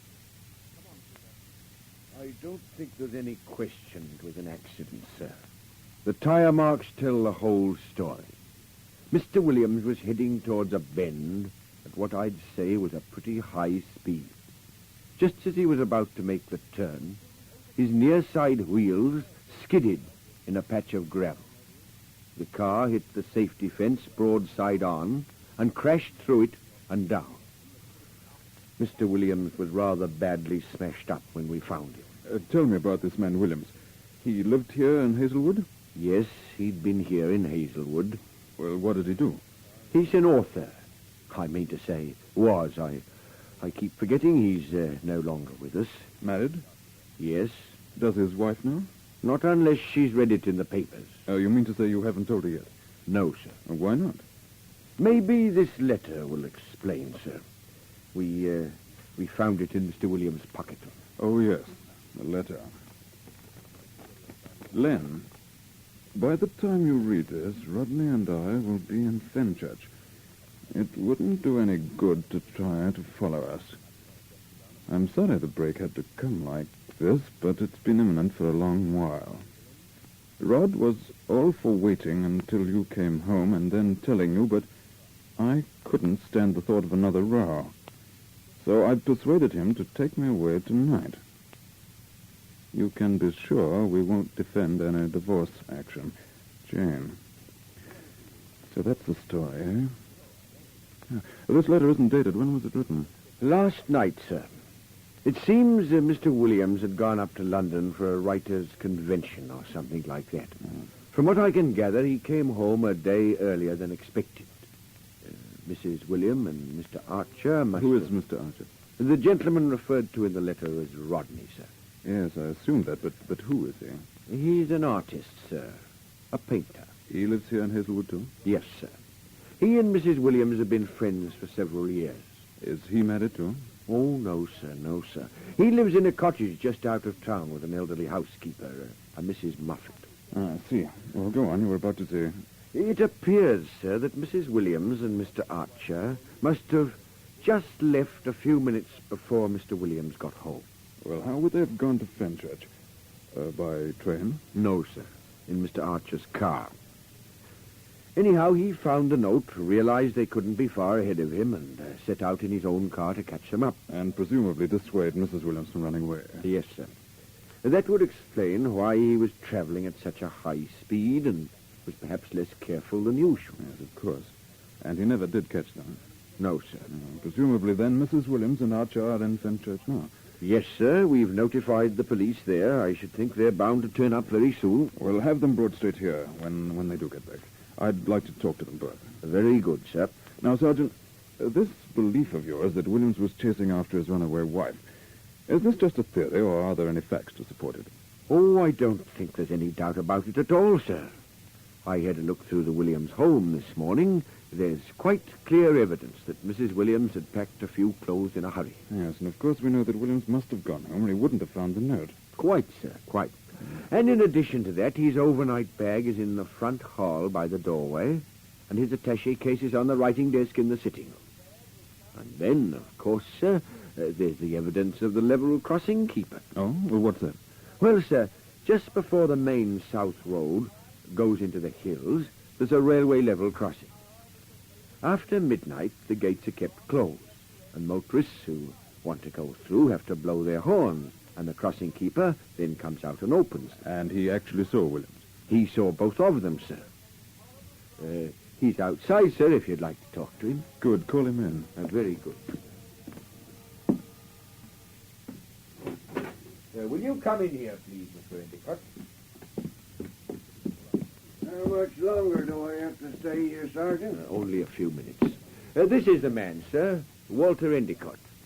This is Detective Sergeant Hartwell from London. How do you do, Mr. Endicott? Glad to know you, sir. Sergeant Keene's been telling me that you saw both Mrs. and Mr. Williams last night.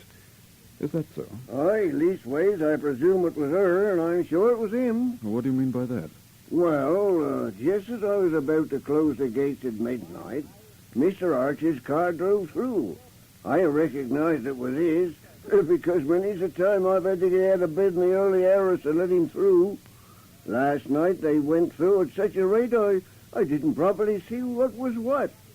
All I could be sure of was that there were two people in the car. A man and a woman. Well, I couldn't even be positive as to that, sir. There was Mr. Archer driving. Oh, you actually did recognize him? Not by his features, sir, but by his hat. It's a sort of big floppy one, and he always wears it at a jaunty angle. Oh, I see. And then? Well, about 5 minutes later, a car pulled up and tooted. I went out, and so was Mr. Williams's car.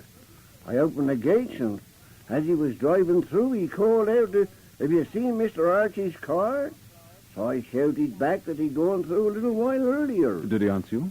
No, he just waved his arm and shot forward like he was a Brooklands or somewhere. Did you catch sight of his face at all as he went past you? Not very well, sir. Just enough to recognize him, as you might say. Well, you're quite sure it was Mr. Williams? Oh, quite sure, sir.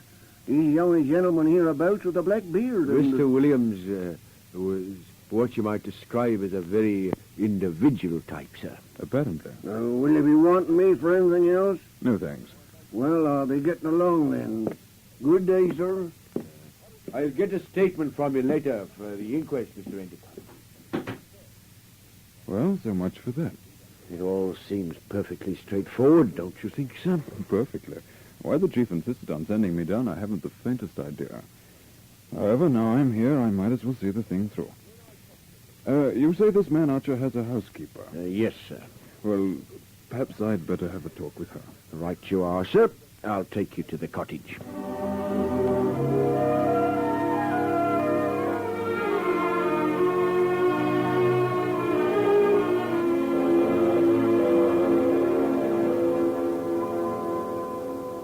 Tell me, Mrs. Moffat, were you aware that Mr. Archer and Mrs. Williams were having an affair? I wouldn't know, I'm sure. I does me work and minds my own business. Oh, now, that's no sort of an answer. You must tell what you know, Mrs. Moffat. It's your duty. Mr. Archer's always been good to me, and I shan't be the one to get him into any trouble. Oh, my dear woman, no one's trying to get him into any trouble. We simply want to know the facts. Well, they did seem fond of each other. But mind you, I never seen nothing wrong, never at any time. Did Mrs. Williams ever visit here when her husband was away? Well, suppose she did. Was there anything wrong in that? I'm asking you. Did she? Perhaps she did, a few times. But they always behaved in the most proper manner, I'll have you know. Yes, of course, I'm sure they did. Now, when Mr. Archer left last night, did he pack any clothes and take them with him? I wasn't there when he left, but I ain't noticed anything missing. I looked specially this morning. How he's going to get on in London with just the clothes he stands up in. Well, what makes you think he's gone there? He told me yesterday he'd be going up today for a couple of weeks to paint a picture. Oh, what sort of a picture? A portrait. The Countess of something or other. Real excited about it he was when he got the letter a few days ago. Muffy, he said, this is me big chance. If I can get away with this, there'll be no stopping me. And then, just when he should be making a good impression, off he goes in his old sports things. Oh, maybe that's him now. I'll answer it. Hello? Yes, this is Keene speaking. They did. They are. Good. Good. All right, we'll be back at the station in plenty of time. Well, they've turned up, sir. Mrs. Williams and Archie, you mean? Yes, they saw the paragraph in the paper and reported at once to the Fenchurch police. They're on their way back to Hazelwood now. Good. I shall look forward to seeing them.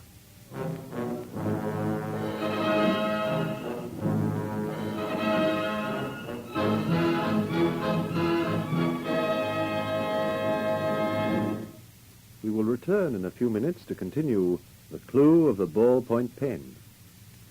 But first, a word from our announcer. We continue the clue of the ballpoint pen.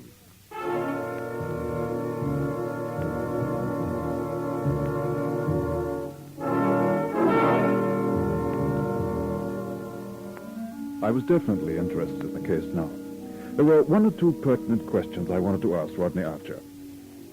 He and Jane Williams weren't due back in Hazelwood for another hour or so, however. So in the meantime, I decided I'd like to have a look at the Williams house. It was just as Sergeant Keene had described it. Doors and wardrobe drawers in Mrs. Williams' room were still open, and one or two small articles of clothing were still lying on the floor. Obviously, someone had packed in a hurry. Williams' overnight bag was in the front hall, still packed, and his attaché case lay on a writing bureau in the sitting room.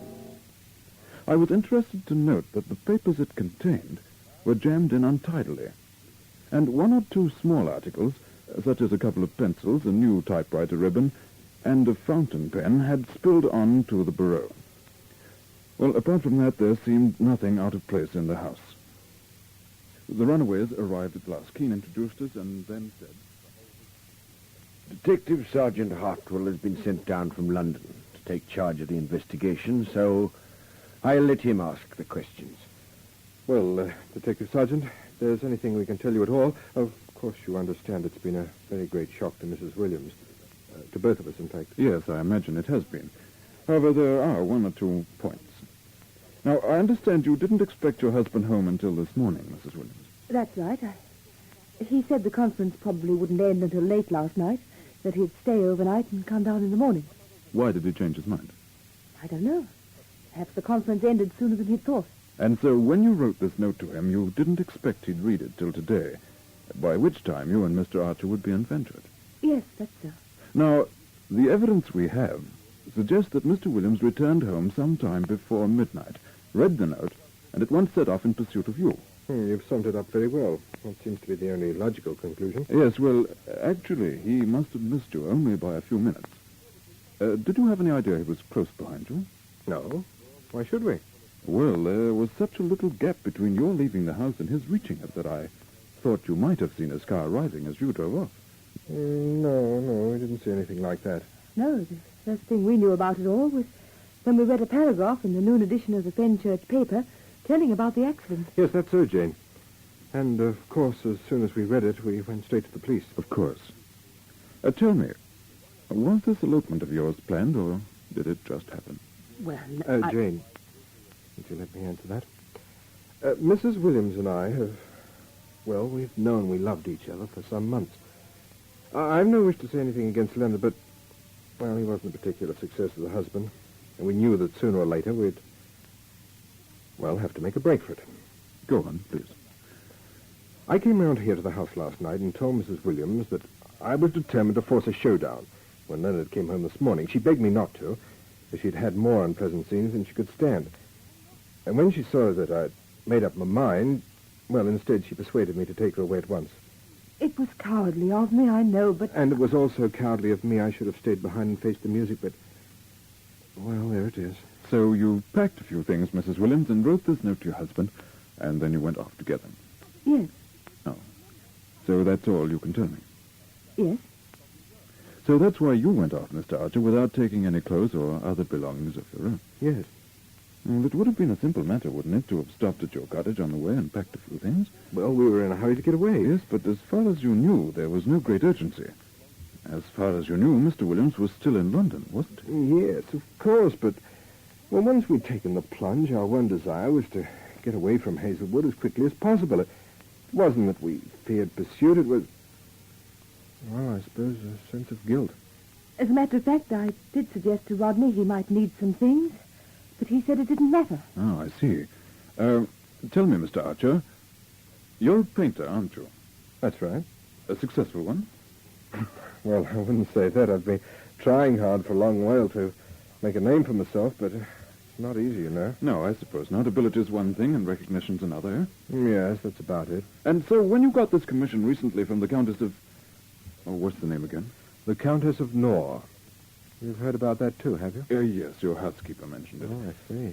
So that when you got this commission, Mr. Archer, this very important commission, you must have felt that you were really getting somewhere at last. Oh, I don't know about that. But you said at the time, this is my big chance. If I can get away with this, there'll be no stopping me, now didn't you? Well, I probably did say something like that. You were to go up to London to begin the portrait today, I understand. Today, yes. That was the arrangement. Well, did it occur to you last night when you were insisting on a showdown with Mr. Williams that if you weren't able to keep your appointment with the Countess, you'd probably lose the commission and forfeit your big chance of success? No. Not at all. Well, perhaps it did pass through my mind, but I didn't give it a second thought. Well, why not? Well, because Jane's welfare and happiness are much more important to me than anything else. Yes, but surely there was no such urgency about it that you felt called upon to sacrifice such a vital step in your career. I mean to say the situation wasn't new. It existed for at least some months. Now, couldn't you have continued your relationships as they were for just another couple of weeks until you'd finished the Countess's portrait? No, I couldn't. I had to get Jane away at once. Well, why? Well, I just had to, that's all. The situation had become intolerable. And you mean to say you jeopardized your whole career? What are you trying to make out of this? I'm not trying to make anything, Mr. Archer. I'm merely attempting to get at the truth. But we've told you the truth. I don't think so, Mrs. Williams. What do you mean? Shall I tell you what I think happened? I don't think either of you had any intention of going away last night or today. I think you were together in this house, that Mrs. Williams' husband came home unexpectedly and found you here. Pure supposition. It's a lot of nonsense. Well, I think there was an angry scene, then a fight. I think you hit Williams and he fell.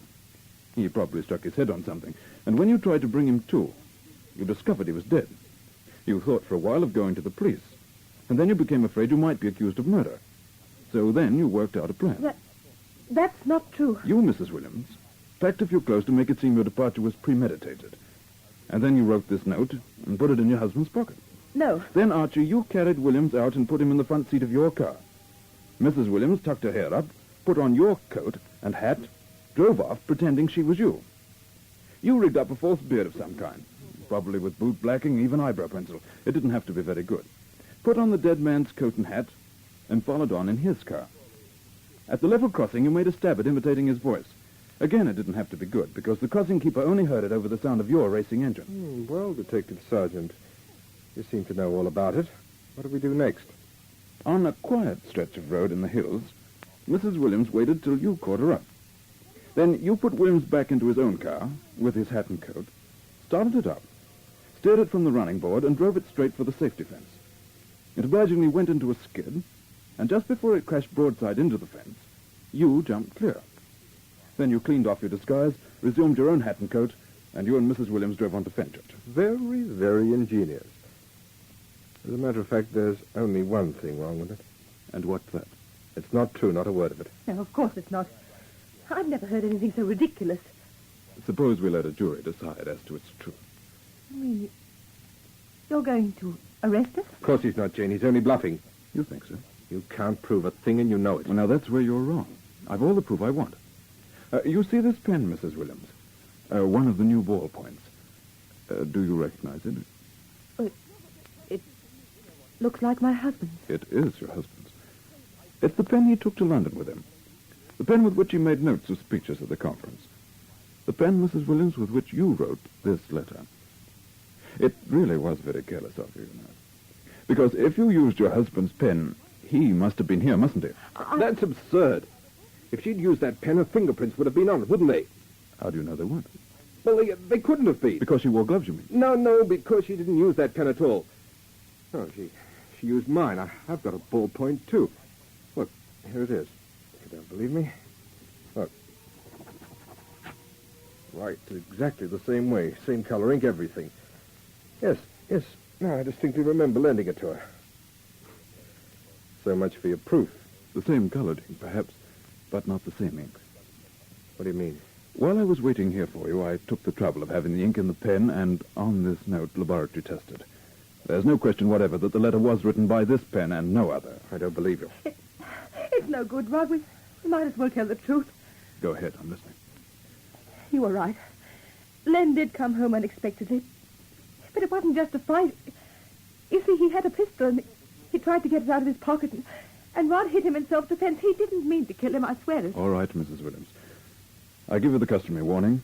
Anything you may say will be taken down in evidence against you. And you'd better wait until you've had a word with your solicitor. Detective Sergeant, what exactly will we be charged with? Yourself with manslaughter, Archer. Mrs. Williams with being an accessory after the fact. Take them along, Sergeant.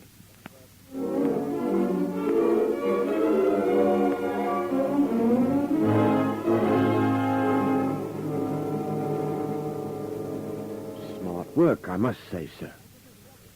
All the same, there's one part of it I still don't understand. Well, what's that, Sergeant? The bit about the ink in the pen and on the letter. I was with you all day, and I don't remember you making any tests. I didn't. You mean... And Mrs. Williams was on the verge of cracking. I could see that. It just needed that one little extra touch to make her talk. So it was all a bluff, eh? Precisely. A little unethical, perhaps, but highly effective, don't you think?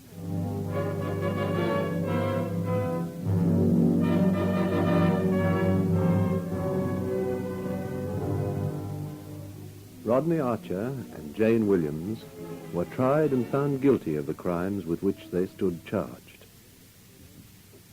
In view of the extenuating circumstances, and particularly of the fact that Williams was the aggressor, Archer received a sentence of only 3 years, and Jane Williams was convicted but released on bond.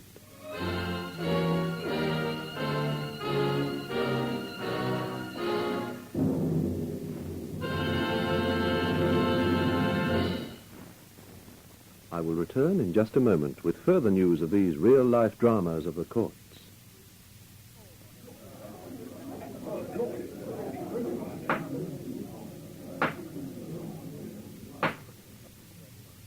The court is adjourned until next week. Be listening next week, same time, same station, when we present another real-life story in Dramas of the Court.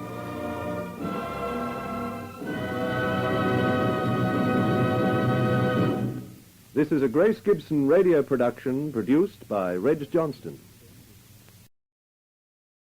Next up is Police File. I do not have any information on this show.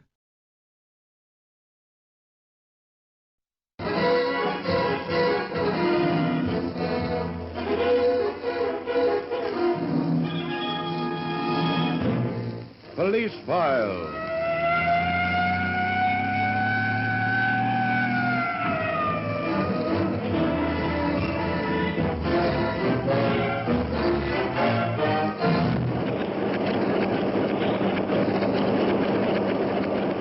True crime stories which made banner headlines in your newspapers.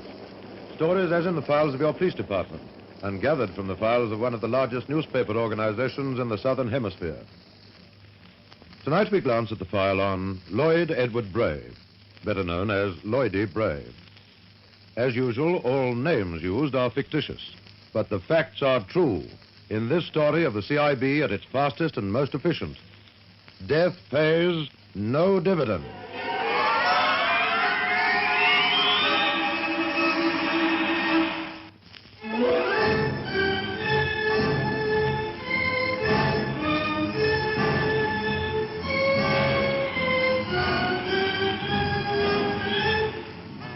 A tough is a tough is a tough.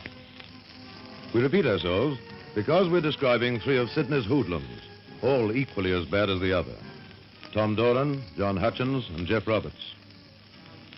And when Doran, Hutchins, and Roberts got together and their small talk on women and horses was exhausted, there was always the old eternal subject to fall back on. What I want some dough. Quick, easy dough. Yeah? Well, if you'd use your nut at Canterbury Saturday, Roberts. Ah, quit crying at each other, you two. Listen, Doran, what about another job? Time we had a crack at something, ain't it? Maybe. Well, You got anything in mind? Maybe. Give Mastermind a chance, Hutchins. He's got so many plans, he don't know where to start. Shut up. Pass the bottle. Well, what do you got for us, Dorn? A good job. An easy one. What? City store. Which one? Joseph Dark's. What? What's wrong with you, Roberts? You call that easy? Slap bang in the middle of town? Huh. I could whistle from there to the Regent Street station. You won't have to. Like it, Hutchins? No, I don't. Why not? Well, I agree with Robert. No city stores that size could be easy, Dorn. The bigger they are, like the harder they fall. When we get inside, it's going to be worth it.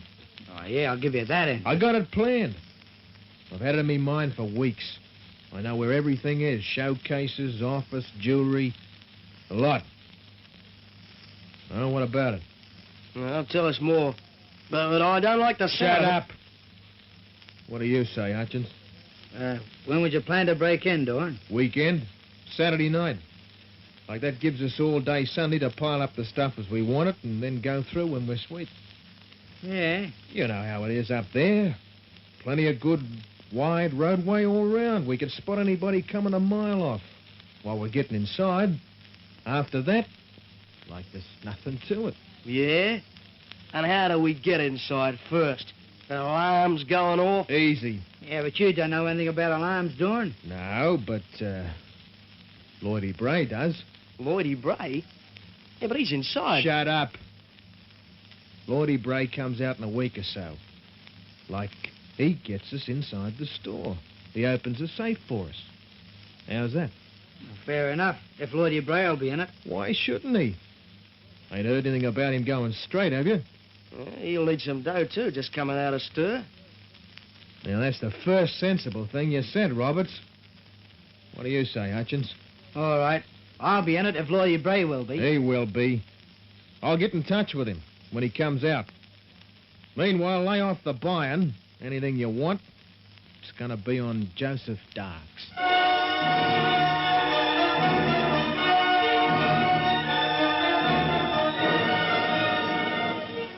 Lloydie Bray came out of jail.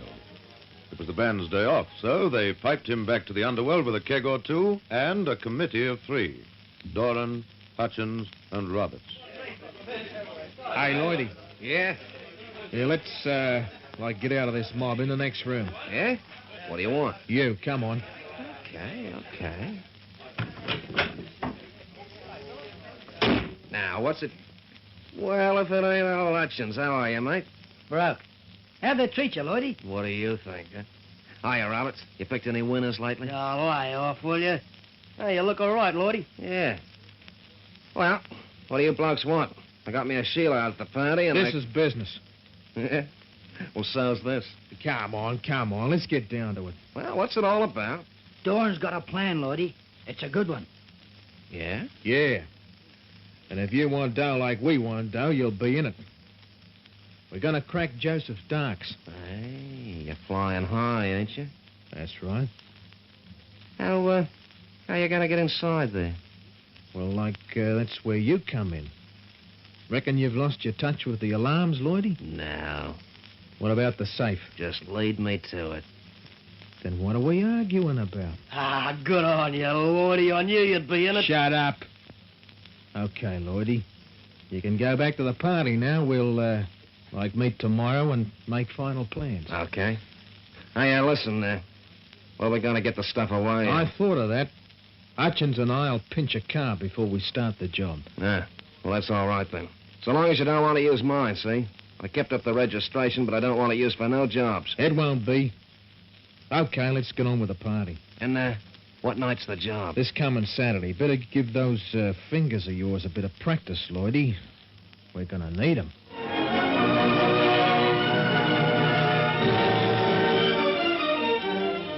Doran and Hutchins stole the car on the Wednesday night.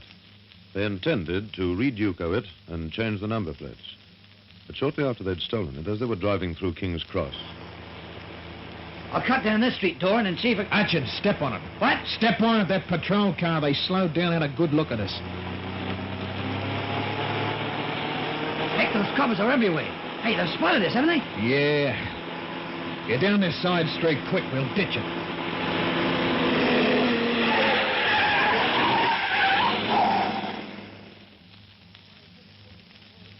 If I was superstitious, I'd call this an omen. A bad omen. Yeah, never mind that. Come on, out of it before they grab us. Hey, we pinch another one? Now I got a better idea. We'll use a truck. Anyhow, we can load more stuff into the truck. Come on, out of it. So they stole a truck, and Dornan made Roberts the driver. He kept out of the way on Saturday night while, with Dornan and Hutchins keeping watch, Lloydie Bray got to work on the burglar alarms at Joseph Dark's. Doran. Hey, Doran. Yeah? It's okay. It's safe now. Right. I'll signal Hutchins. Is he coming? Yeah. In you go, Lloydie. I'll follow and Hutchins can get in last. Hey, it's all clear, Dorn. Okay. After me, Hutchins. And watch where you tread. Here, take some of this gear off me. Right, I've got it. You inside? We're right. Yeah. What do we do now? Nothing. We sleep, if you want to. And when daylight comes, we set to work. And do the joint over.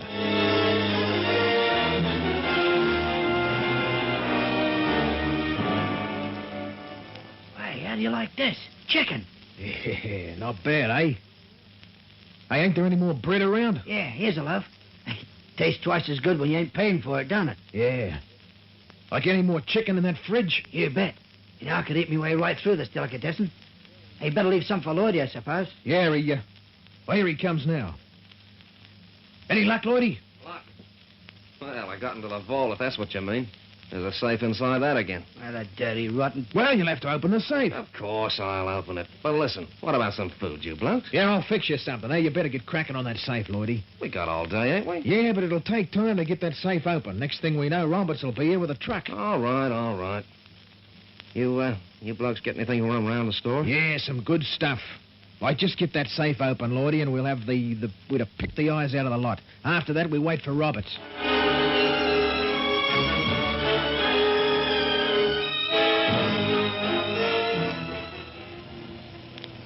Hey, here he is. He's here, Dorn. I can hear. Roberts. Okay, Dorn. All clear. Stay at the wheel, Roberts. We'll load her. First sign of trouble, give us a yell. We'll jump on and you go for your life. Okay. You got some good stuff? Crack the safe and all. Now keep your eyes open and shut up. The men worked fast. They loaded the truck. Nobody saw them. Nobody disturbed them.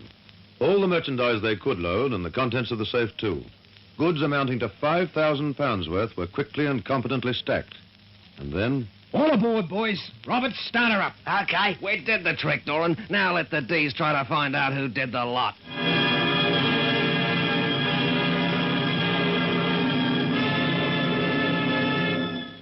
Lloydie Bray had issued his challenge.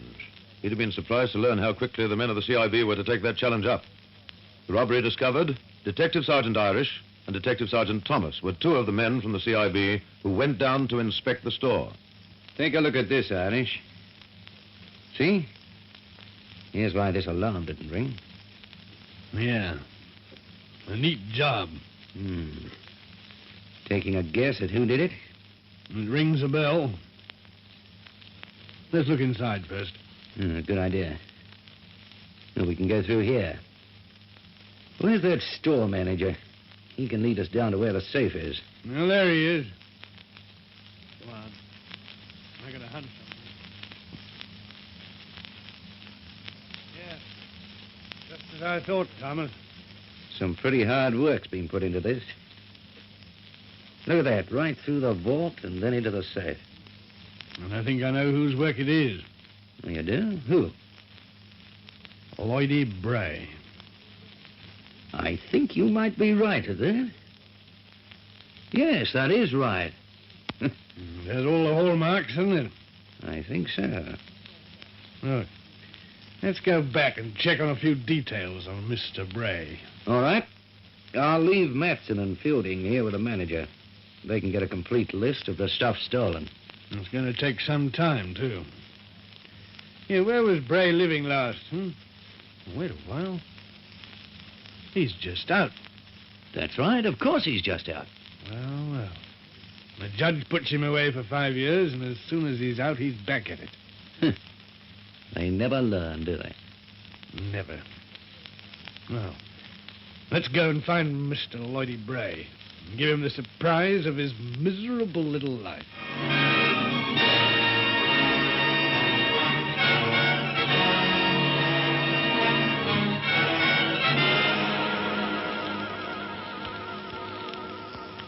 From the moment that the detectives of the CIB had their suspicions that the breaking and entering was the work of Lloydie Bray, the hunt was on. The thieves were gleeful. They thought it was all over. Oh, it was nice work, Lloydie. Like this is going to give the D something to think about. I'll say. Oh, yeah, and Joseph Darks, too. No dividends for them this year, Dora. Ah, we copped the lot. Now, listen, we can't keep this truck forever, Lloydie. We got to get rid of it, see? Yeah? Now, what's on your mind? Your car. Now, listen, Dora. It's in the clear, ain't it? You left it parked outside the picture show at Des Moines, didn't you? Yeah, but that was only to give myself an alibi. I told you, Look, we have to use it, Lloydie. Now, trying to get rid of all the stuff we pinched from off a stolen truck would be just plain stupid. Yeah. Well, what do you want to do?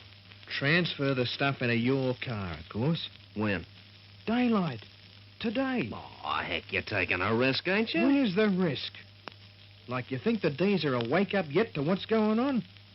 The sooner we ditch the truck, the better. Okay. You're the planner. Now, look, we just drive up to your car where it's parked, offload the truck, Roberts can drive it off and ditch it somewhere, and we've got the stuff just where we want it. Well, let's get cracking, then. Call Hutchins and Roberts and we'll get on to it. Yeah. Listen, have you got a gun? No. Have you? Yeah. Yeah, we won't need it, but just in case, I'm taking it with me.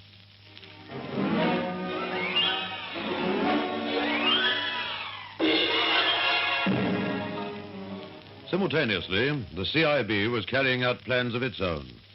Sergeants Iris and Thomas kept a watch on Lloydie Bray's home, but soon realized it was deserted. They knew he had a car, and the car wasn't there either. So a call was put out to all patrol cars in the metropolitan area.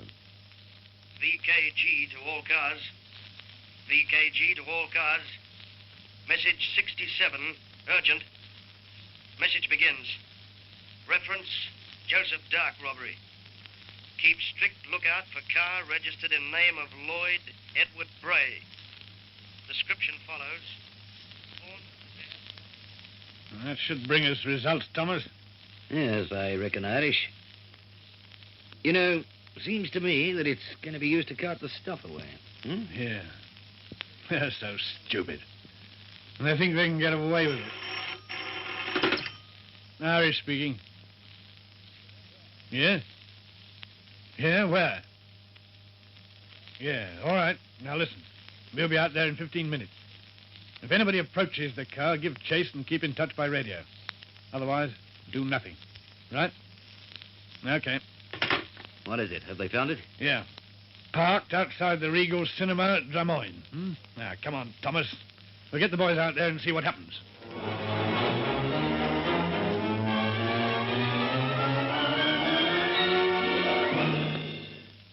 Well, what's going on, Irish? Nothing. I had a good look at it, and it's deserted. Well, we just keep watch until something happens. You cleared the boys back from it? Ah, yeah. Now we sit and wait events. If only Lloydie Bray knew just how hot his car is. Nobody approached the car that day, the thieves having deferred their plans for 24 hours. Detectives were stationed at strategic points around it, and 6 hidden pairs of eyes did nothing but watch the silent, lonely car. During the night, the sergeant made a quiet patrol of the area. Fielding. Fielding. Yes, Sergeant. Nothing doing? All quiet, Sergeant. All right. And keep your eyes peeled. If they start anything at all, it might be the dead of night. Yes, Sergeant.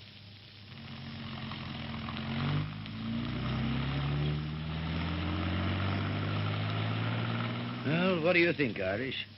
We can wait. They can leave it there for a week. We'll still be waiting. We've laid our trap. When they walk into it, it's their business.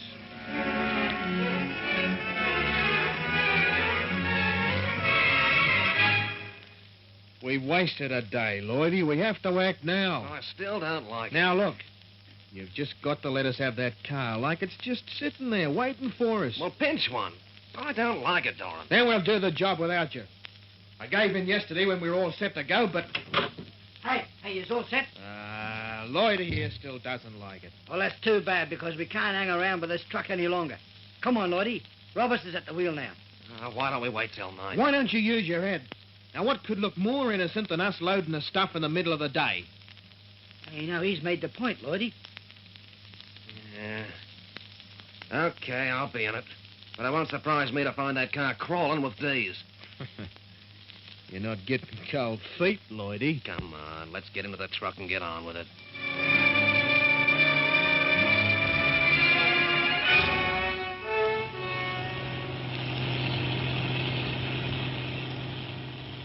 All clear your side, Roberts? Yeah, she's right. Not a soul anywhere. Where to now, Lloydie? Turn right at the top here. The car's on the left-hand side. You can't miss it. Hutchins is signaling from the back. What is it? All clear, Doran. Okay, we're going in now.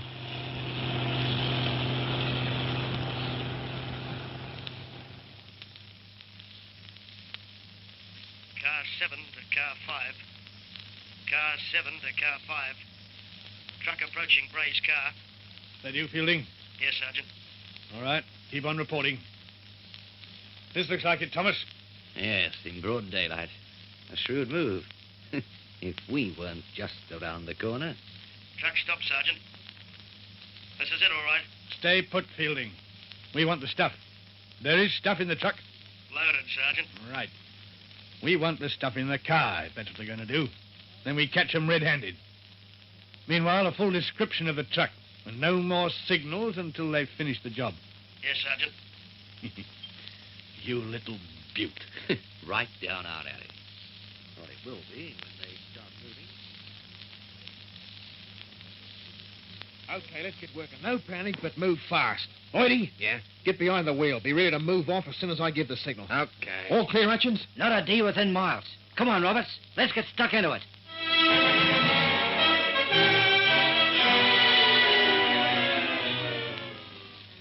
They're taking a long time over that loading, Thomas. Yes. Of course, they've got a lot of stuff to load. I wonder if these boys are armed. We'll soon find out. We can find... Hello. Here's Fielding. He's on the air now. Car 7 to car 5. Loading's finished, Sergeant. Truck's moving off. Well, let it go. We'll get it later. The car's moving off now. Bray's at the wheel. Right. We're moving in, Fielding. Long stop as we come. In we go.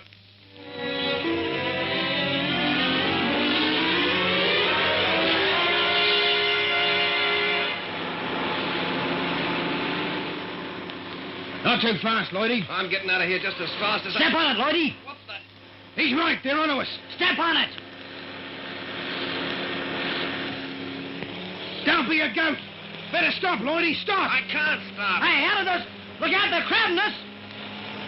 Stop! Stop! Get under arrest! Stop the car! I'll fix these.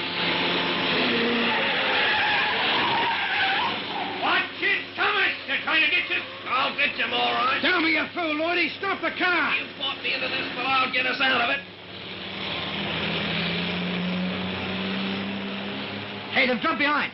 Come on, Lloydie. Show them out. All right, if we're going to be stupid. Don't shoot, Doran. I'll fix them. Missed. But I'll get them all. Hey, look out. We're taking the corner.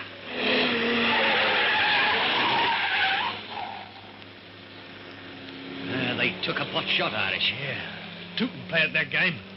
Come on, close them again.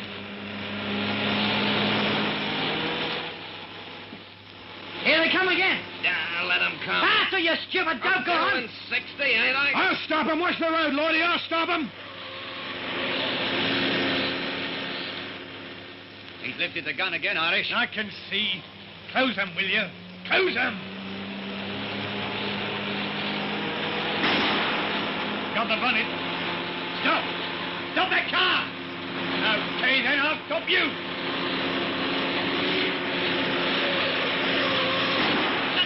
He got me. Doran. Doran. Drop back, Thomas. Drop back. We're right. For Bray. Look at him!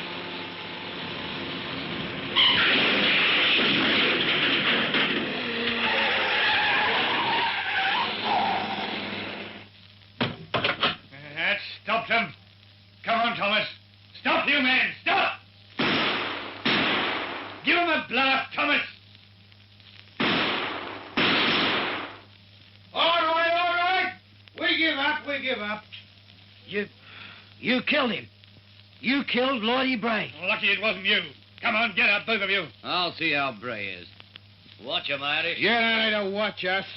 Like you murdered him, you shot Bray. This time we were the lucky ones. Why didn't you stop? We couldn't stop. No, but you could get a pistol out, couldn't you?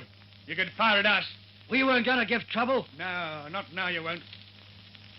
How is he? He's not so good. I'll call an ambulance. Right. Come on, you two. The party's over. If he dies, Sergeant, you've murdered him. If he dies, I've done my duty.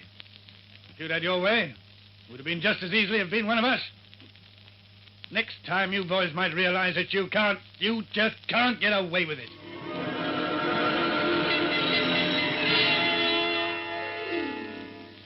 Lloydie Bray died in hospital within the hour. His car was taken to the CIB and checked for fingerprints. Amongst those found were those of Roberts, the driver of the truck. The search for him and the truck went on.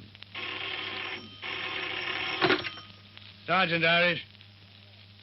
Yeah? Yeah, where? All right. We'll throw a cordon round the place and grab him. What's that?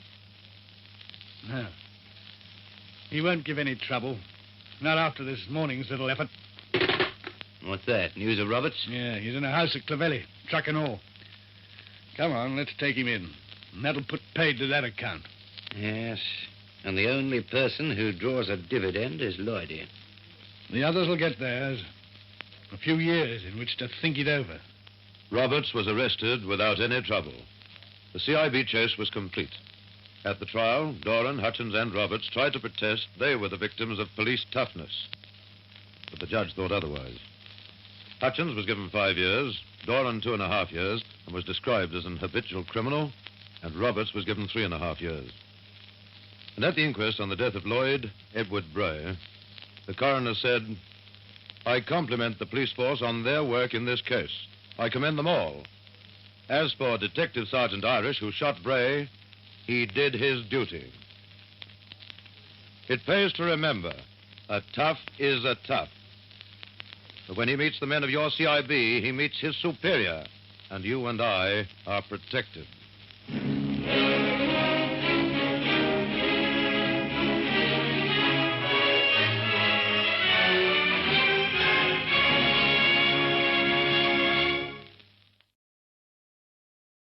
The Key is a mystery and suspense old-time radio show. The show is the brainchild of famed mystery pulp writer and world traveler, James Workman. The Key features murder, murder of showgirls, murder of robbers, even murder of old men. Behind every door is a mystery and new spooky story with the Key old-time radio show. The acting is well done and each show features a unique cast of characters, all set for mystery and mayhem. There are some doors you are afraid to open even if you have the key.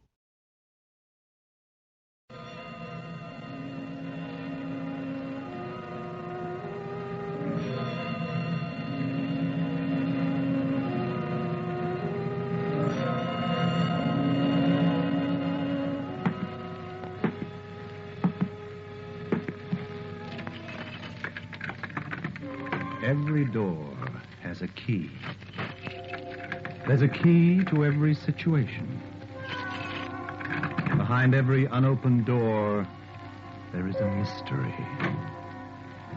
And the opening of this door introduces us to another in the series, The Key. Elena, look who we have here. Look who has come to visit us. Alexis Chernovsky. My dear Elena, how good it is to see you again. How very good. But Alexis, you did not say you were coming. You did not give us warning. Oh, I couldn't. I had so little time. These things happen suddenly. Trouble? Yes. Trouble. Much trouble. I will tell you about it.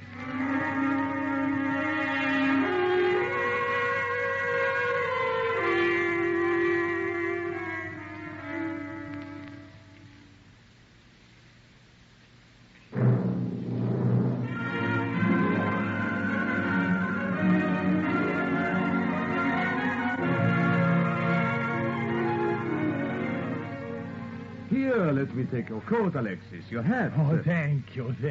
But you should have told us you were coming. You could have had a bed. You could have stayed with us. You are too kind, Herzog, too kind. But I have arranged to stay elsewhere.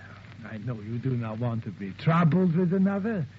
It is hard enough for us to make our own living in a new country. Oh, what nonsense. Where have you been, Alexis? We have not seen you since... Oh, for so long. You have been in England always? No, Elena. I arrived here but a few weeks ago. Sit down, Alexis. Here, by the fire. Most kind of you. And how have you been, Elena? How have you both been? Oh, we are well. We are happy, in a way. But you have just arrived. How are things there? Not good. Not good. We have labor troubles and we have troubles with ourselves. We have trouble with other people, too. But you know about that. When you left, the country was... Oh, how shall I say it? Was unhappy, unsettled. You left. My friends, I think you were wise to leave. If we had not, we would have never left. My friends who came out afterwards, they tell me that as we left by the back door, the police were coming in at the front. So I believe. For myself, well, I had more time. Time? Herzog, my friend. At one time, I was in the government party, which, may we be forgiven, thought that you were unworthy to live. Now I know better. Now another government party thinks that I am unworthy to live. So here we both are in England. Full circle, eh? Alexis, mistakes in the past have nothing to do with the future. Political feelings run high in our country. Shall we say, in the heat of the moment, you thought I was wrong. Now, in cooler-headed times, I think perhaps you were right. Right or wrong, it does not matter. We are friends again. But what is this about a new government party? We have not heard of any government changes. Oh, perhaps I do not explain myself well, Elena. The party to which I belong has not changed. It is I who have changed.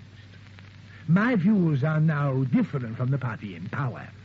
And it is safer to change one's views outside our country than inside.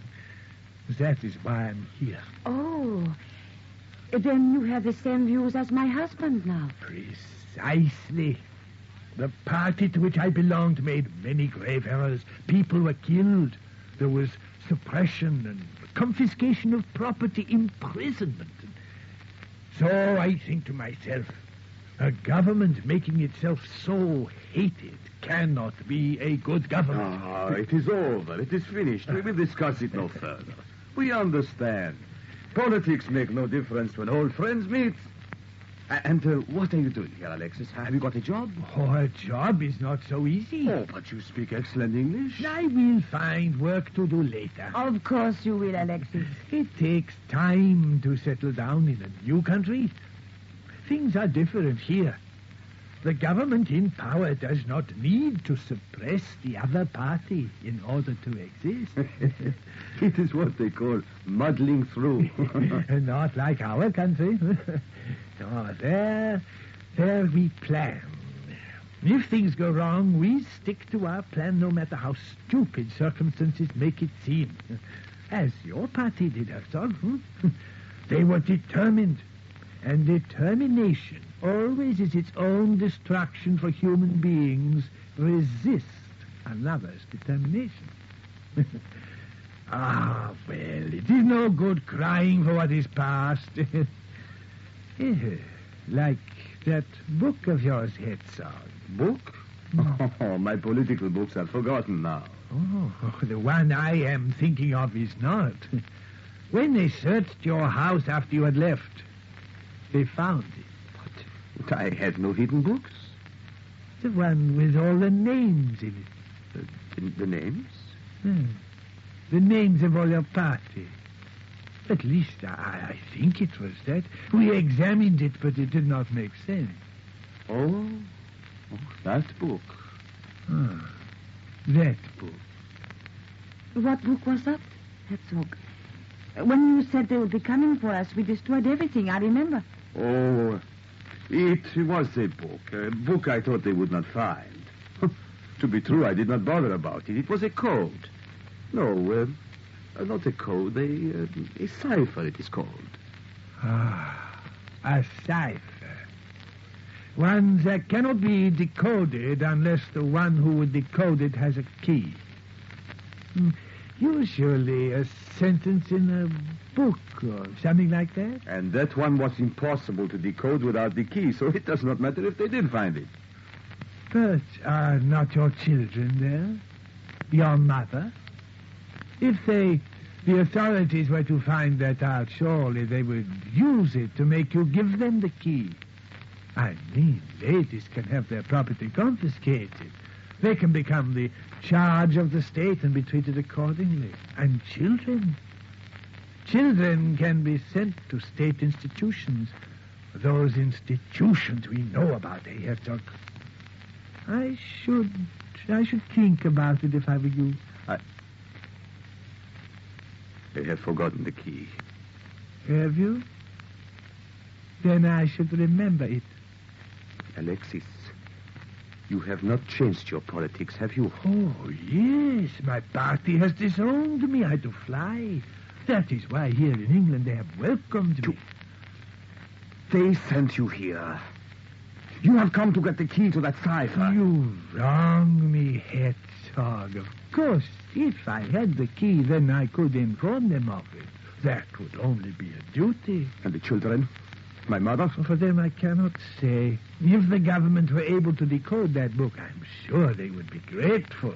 They might even see to it that your mother and the children were given exit permits and allowed to travel to England. You bargain?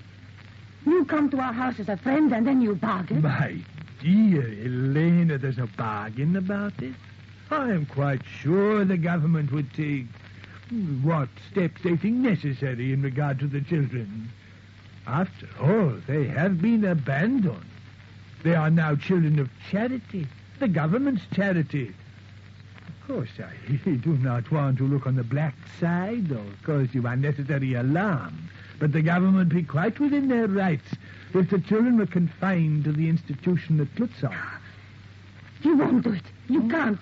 My children have no political meaning. They are children. The sins of the father. Alexis, you will go before I kill you. Pause, my dear Herzog. Consider the position.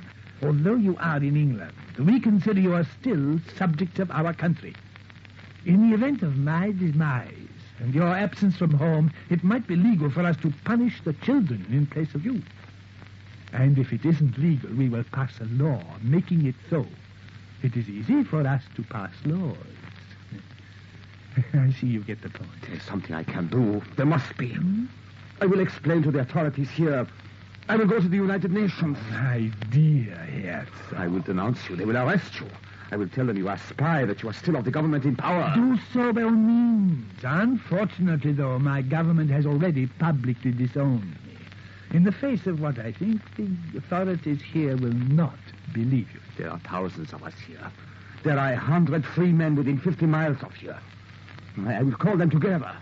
If we cannot think of some way to defeat you, we will try you ourselves and have you put out of the way as the dangerous beast you are. Certainly.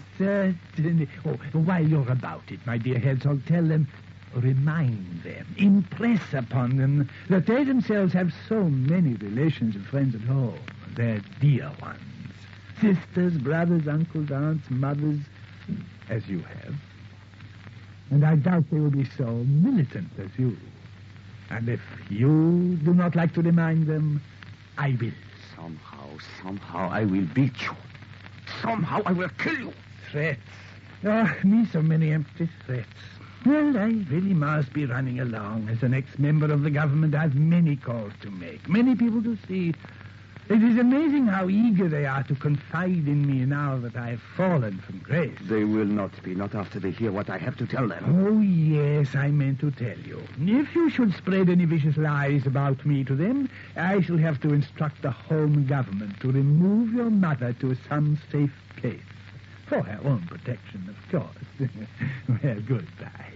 Goodbye, Elaine. I'll call back about this time tomorrow. Think over what I've said, won't you? Parents and children are such a responsibility, aren't they? What do we do, Herzog? He can't mean what he says. He does. Though I don't know. Everywhere I think, everywhere my mind goes, he's there. We shall go back. We will have to go back. For them to have us as well as our children? We can't leave them alone. Not alone, not now. No. I will go to them. I, too. Unless, perhaps, you give him what he wants to know. Even if I do, there's no guarantee the children will be safe. I must go alone. I must somehow bring them here to England. We'll go back together. No. Alone, I might be able to do something.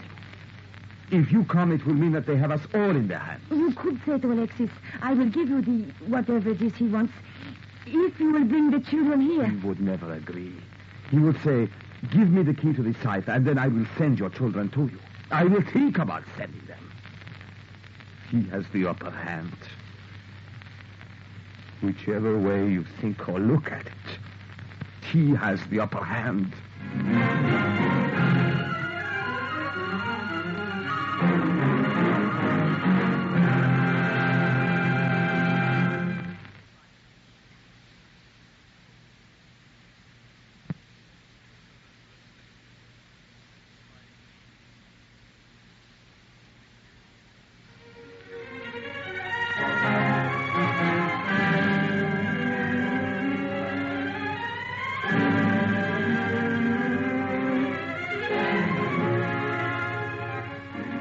Passport, visa, yes, some money and clothes.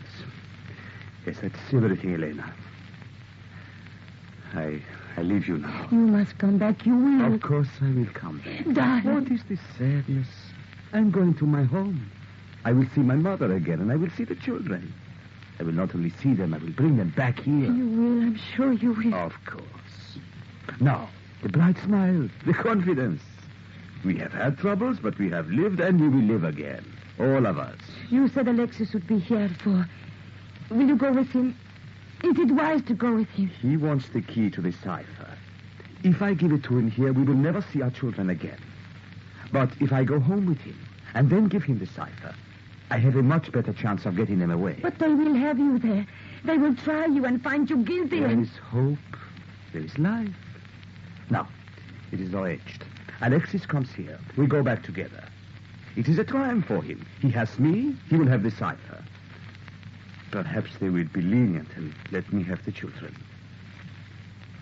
But those names, the names of my friends, it will be another bloodbath. Elena, I cannot do it. I say to myself, in this world, one must be tough. One must take advantage of things. So long as we are happy, what matters the rest? That is the modern creed. No, I cannot do it. The children. A man cannot sell his own soul, not even for children. One moment I think yes, and then I think no. I'm going crazy. Alexis. I will tell him. I will tell him no.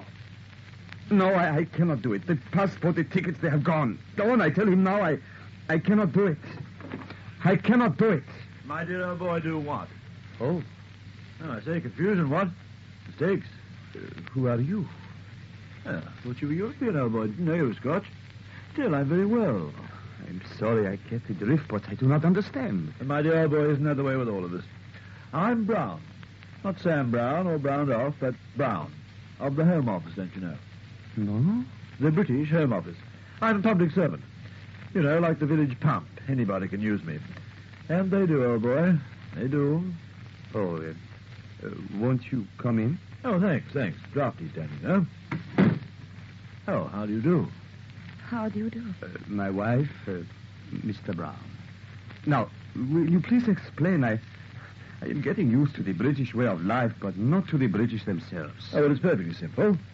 We heard you'd applied for a passport and a visa to visit your old home, so I tottered along to find out what it was all about. Not that you have to tell me. We're curious, that's all. I wish to return for private reasons. Mr. Brown, you are English, so you would not understand. Well, being English means that I'm pretty dumb, but being dumb doesn't mean you can't understand. I understand a fellow called Alexis Chonovsky called on you. Him? He has nothing to do with England. Oh, he has, old boy, he has. Matter of fact, we've been sort of chasing after him, using the fox as a hound. Please, I do not understand. We wish to be alone. Look, I know it's a frightful cheek of mine, poking my nose into your business, but you've got a couple of children in your own country, haven't you? Yes. Ah, always trouble there. Give them a lever. Well, I mean, after all, if you're here, you're sort of under our protection, aren't you? There's no protection, there's no... A moment, Herzog. Go on, Mr. Brown. Well, we happen to know that Chornovsky, Bird, he's a bit of a rat. Confused in my metaphor, I know, but you get the general trend. Yes, go on. He's here under two flags, pretending to be the one, really the other. If you know that, why don't you arrest him? Difficult old thing, you know. Being more or less a free country means it's free for one type and it must be free for another. After all, this Chornovsky is not actually breaking any of our laws. Visitors aren't prohibited, you know. Please, you talk, you do nothing. But you would help us if you told us what he's really up to. Elena, you know what he can do. If we tell this man, you know what can happen to our children. One cannot fight threats by doing nothing. All right, tell him. He came here. He wished to find out a key to a cipher. A key to a cipher. At home they found the book. They could not read it unless they had this key, which only my husband knows. It contained the names of his friends, men whose lives are not safe should they be known. Chornovsky said if my husband did not give him this key, our children would suffer. My husband thought... Then he thought he would go to our country with Alexis. Perhaps he would be able to save our children. And then he decided he could not do this to his friends. When you came, he had decided not to go. I see. And it reminds me of the war. We had quite a neat gimmick, quite simple. We had a code, of course, a cipher and a key. But this key was a cut above others. Matter of fact, it had three separate outcomes. Enemy would bash their brains out trying to break it. And when they did, there'd be three messages all saying different things. I do not see what this has got to do with us. Just chatting. War memories, you know. A bit of manipulating, and you can do it with any code. Especially if you have one to work on. And look, take your cipher, old boy. What's the key? You expect me to tell you? Well, I hoped you might. So, never mind. So it's any old key. DIPSOPXTLJ. Pronounced dipso... Mr. Brown, we have great troubles. We have everything happening to us. Please go. We have no time for English jokes. No joke, old boy. And lady. It just so happens that dipso, what have you, is the key to a cipher. I've just made it up. It's mathematical. You take one letter less in the alphabet for each letter. So D becomes C, I becomes H. And if you go right through, you'll find it spells Chornovsky. Chornovsky? Alexis Chornovsky? Yes. And if you take your key and the first cipher name in your book and rearrange your key a little, you can make that Chornovsky. And that, you know, would embarrass the rest. Oh, well, I'll have to be running along. Hope I see you later. When you come back. Toodle pip. Remember, all you need for a bigger rat is a bigger trap.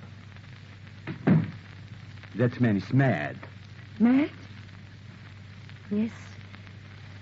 But madness is its own sense.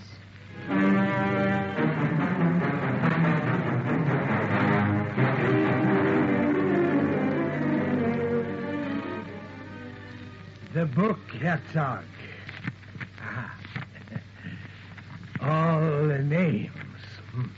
Now we'll go in next door where the public prosecutor and some of my colleagues are waiting. My children, my mother.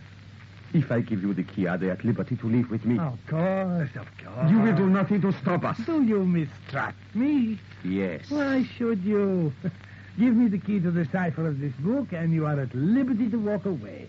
You will get it. Good. You show sense. When we leave.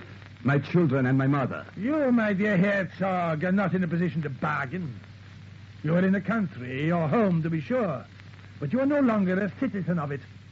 Beyond that door are guards. Your children are still here. Unless I have the key now, you will be shot and your children will never know freedom. I knew I couldn't trust you. The key, written on pieces of paper and enclosed in envelopes, now awaits in a town just across the border. I have given instructions, should I not return by tomorrow, those envelopes are to be posted. But you know the key. You have it in your head. And we have methods to get it out of your head should you feel disinclined to reveal it. The envelopes are addressed to the president and to all members of the council. So? You might be able to stop one or two reaching their destination. But a number of those envelopes would get to the people I wish to get them. My dear Herzog, I detect a certain amount of threat in your tone. I am threatening.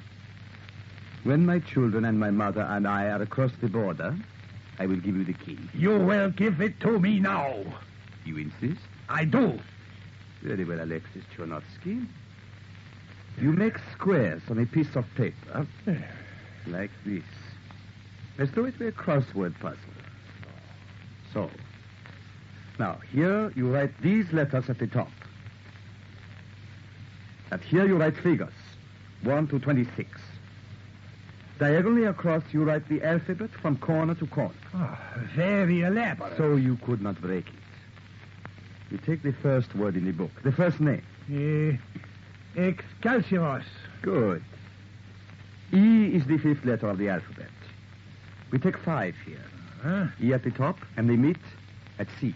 C is the first letter in that name. Perhaps you would like to do the rest, huh? X is the 19th. 19 and X they meet at A. Oh, very clever. You are an apt pupil. The name starts with CH. Go on. C is the third, 3, and C give O. Excellent, excellent. CHO, go on. Next one is R. Chor. Go on. Chorn. You have got so far, you might as well finish the name off for yourself. Important names, Chernovsky. Enemies of your state. Names of men you have sworn to liquidate. Chornovitz. K.I. Chornovsky. Well, Alexis, do we go through and tell the president, the public prosecutor? I have never been an enemy of this government. Perhaps not, but this book says so. The key to the cipher I gave you says so. Now, about my children. If you give orders for them to be rushed to the border with my mother and then myself, you will be in time to have those envelopes stopped. If not, you have a hard time explaining your name in this book. Herzog, I never had any intention of stopping you or your family. No, of course not. Well, either you agree or I take the book and the cipher next door. I agree.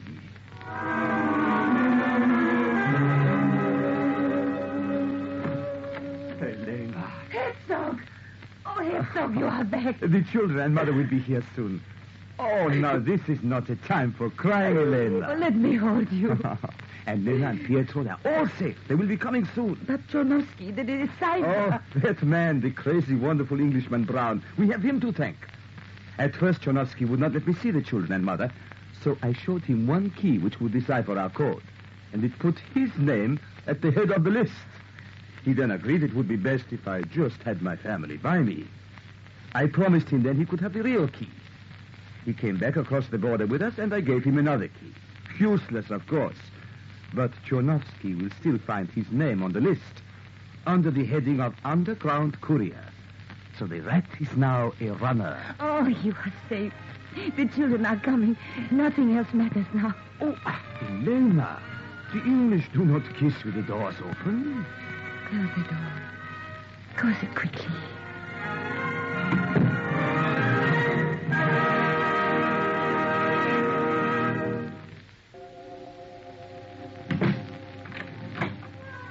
A closing door finishes a story. Next week, another key will open another door to another story. Mystery, romance, or adventure all start when a door is unlocked by the key.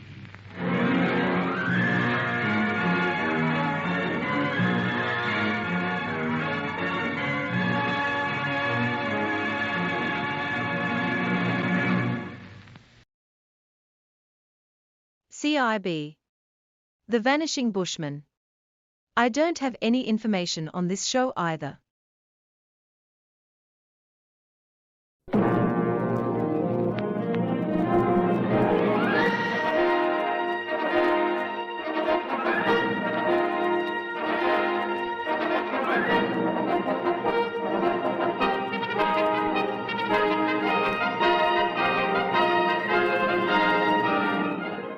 CIB.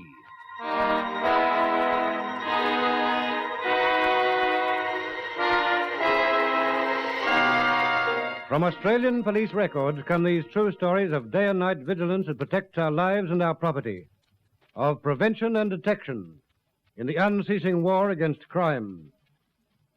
CIB.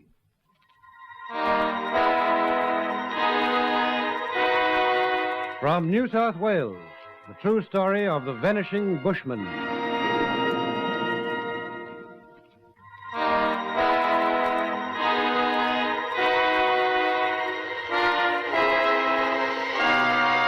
This is a true story from Australian police records. Only names, place names, and dates have been altered.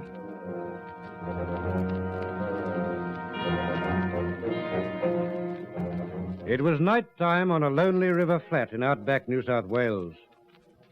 A river flat where, since the district was first settled, the sundowners and vagrant bush workers have hobbled their horses or have unrolled their swags and boiled their billy cans and stared into the embers of their campfires.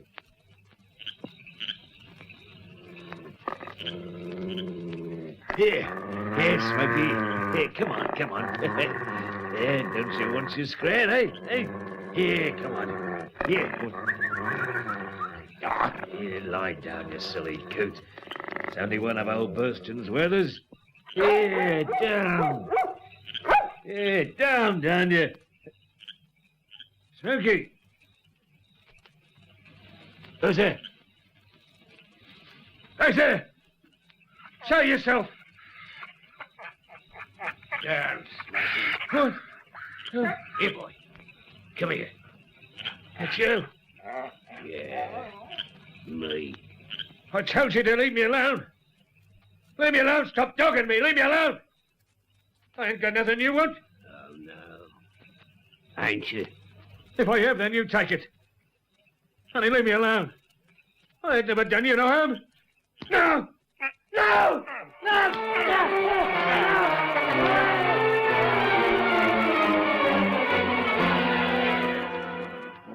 Yes, I'm the new sergeant here. Handfield's the name. Who are you? I'm Bodley, Nick Bodley, Sergeant, from up Tybro way. This is my son, George. Pleased to meet you, Mr. Bodley. And you, George. Yeah. And take a seat. Thanks. Well, anything I can do for you, Mr. Bodley?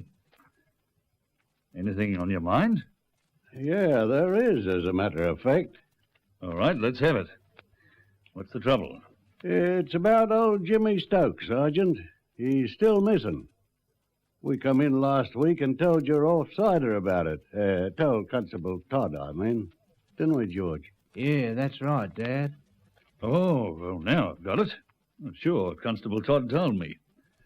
Jimmy Stokes is the old chap who usually camps down O'Malley's flat when he's passing through. Well, haven't you sighted him yet? No, we ain't. And what's more, nobody else has neither. I see. Hey, look here, Sergeant.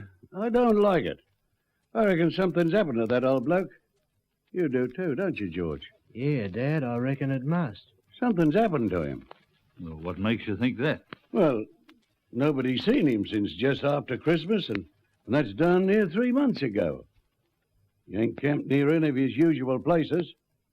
And I'll tell you something else. Yes? He ain't been to collect his pension since Christmas, neither. Hasn't he now? I reckon there's been foul play. That's what I reckon. What makes you say that, Mr. Bodley? Because he's vanished, that's what. Nothing else? Well, that's enough, ain't it? As a matter of fact, it isn't. Jimmy Stokes has been on the road between here and Coonabarabran for years. He's a wanderer. Always has been. And you know, he just didn't up and take it into his head to go down to the Big Smoke for the show. Now, look, relax, Mr. Bodley. The betting's 100 to 1 he'll turn up. Yeah? Come on, George. We'll go. Yeah, Dad. Okay. Well, now look, Mr. Bodley, be reasonable. It's not that we want... Oh, dry up. Come on, George.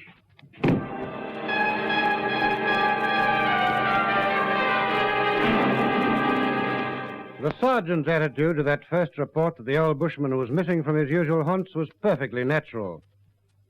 If country policemen began hunting for every sundowner who didn't show up on the track when his mates expected him, the door of every bush police station would bear a permanent notice, "Back next week."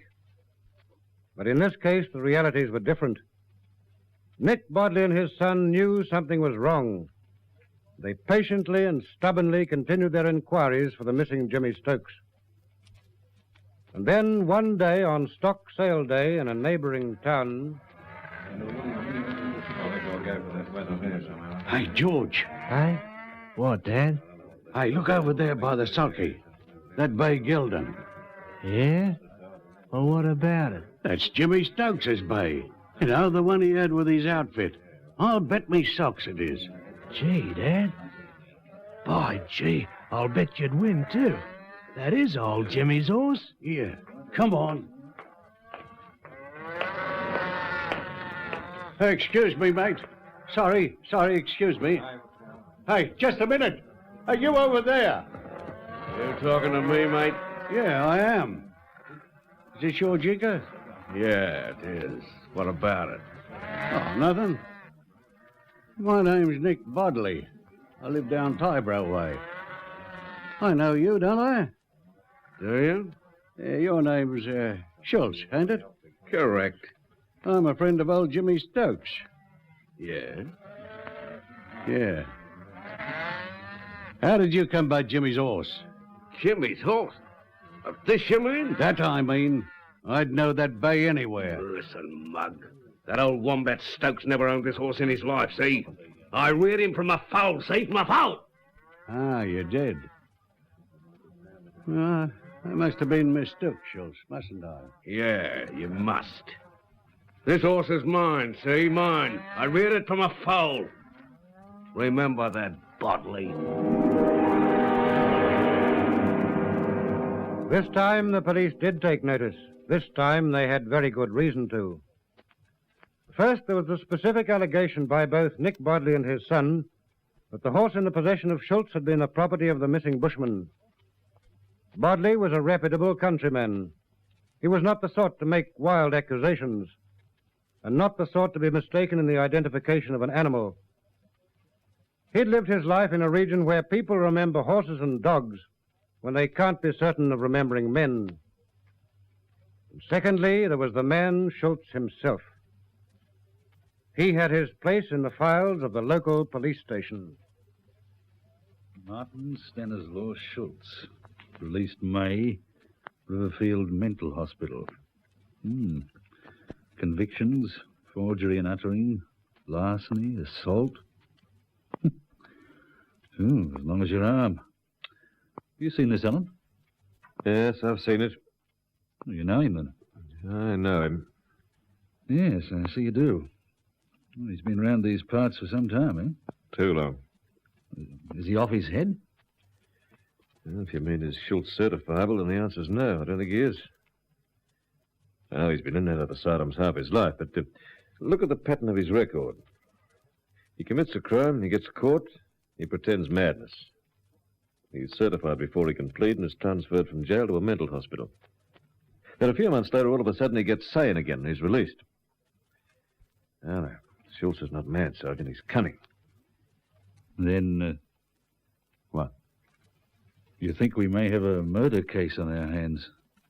I don't know. I think it's a possibility. Right. We'd better get a move on. Where did you say he was camped? Last I heard, he was at Cowan's Reserve, past the 10-mile peg on the North Road. Right. You hold the fort. I'll handle this myself. Yeah, but... I know. He may cut up rough. But he won't for long.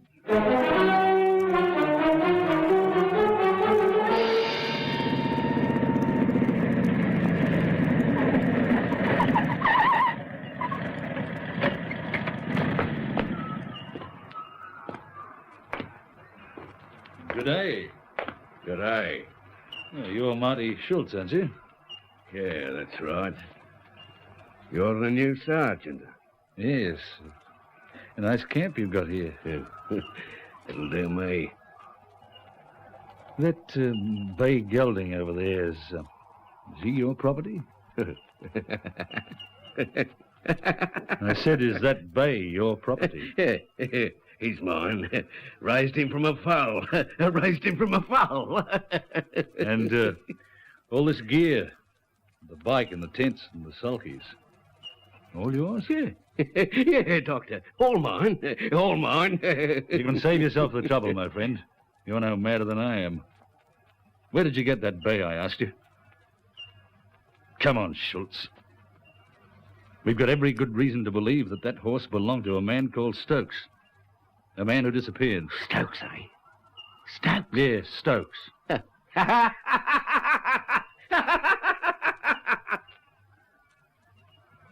Come on, Schultz.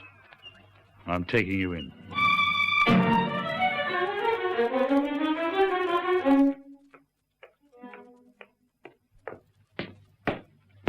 Hello, Sergeant. How'd you go with Marty Schultz? Now, what's wrong? Do me a favor, Alan, will you? Oh, sure. Wind up that telephone and get me the district super. Tell Flo on the exchange it's urgent. Trouble? I think so. Old Jimmy Stokes, huh? Helen, I don't mind telling you, if old Jimmy Stokes was the only problem, I think we might be able to handle it. But Jimmy Stokes isn't. There's a lot of that gear in the camp that I think belonged to Stokes, and... Yeah? And there's gear I think that belonged to other men as well. Men who have gone missing, too. The case of the vanishing bushman was one of the most intensive and difficult investigations recorded in the annals of the Criminal Investigation Branch of the New South Wales Police Force. 2 Sydney detectives were sent to help the local men, and at times large numbers of police were used to comb the countryside in search of evidence. For when property found in Martin Schultz's possession at Cowan's Reserve was carefully examined, it was found to contain articles, as Sergeant Handerfield had suspected, which had belonged to at least 2 other bushmen who habitually traveled through the district. And both of these men were missing. They'd been missing for months. Schultz was repeatedly questioned. Come on, Schultz. We know the bay gelding belonged to Jimmy Stokes. We know you've got his bedding and his tent, his boots and the rest. And that you had his sheepdog, Smokey. Where is Jimmy Stokes? Don't be a fool, Schultz. We'll find out, you know. Have a thistle. Bet you something. What will you bet me? You didn't know thistles were good tucker, did you? Have a thistle. Where is Jimmy Stokes, Schultz? Jimmy Stokes? I never knew him. Never knew him. We've got dozens of witnesses to prove that you did know Jimmy Stokes. You camped with him. We know that. Look. Look. What is it? It's a bird. A bird. Oh. Now, listen, Schultz. We know something else, too. Yeah. What do you know? Tell me. Look, look. Sheep. Old man Burston sheep. All over the countryside. Cripes, you'll be mad. Mad as a snake. I'm mad too, you know. I've been in the loony bin. You ask 'em. You're not mad, Schultz. You'll never get away with that stunt again. You've pulled it once too often. Not mad? Not mad? What do you know, eh? We know you were in possession of a bicycle belonging to another old man named Brennan. Louis Brennan. We know that you had leather goods belonging to him. Plaited leather goods he used to make and sell for a living. We know you've had articles of clothing belonging to him. Brennan's missing, Schultz. Schultz, where's Brennan? It's no good, man. We've told you, that stunt won't work. The doctors won't fall for it again. We know about Perce Weir, too, Schultz. We know you've got his sulky and his shirts and his razors and his tucker box. And his spectacles and watch. Perce Weir is missing too, Schultz. How did you come by his property? All right, Schultz. We'll find out. We'll be back. In the end, you'll talk.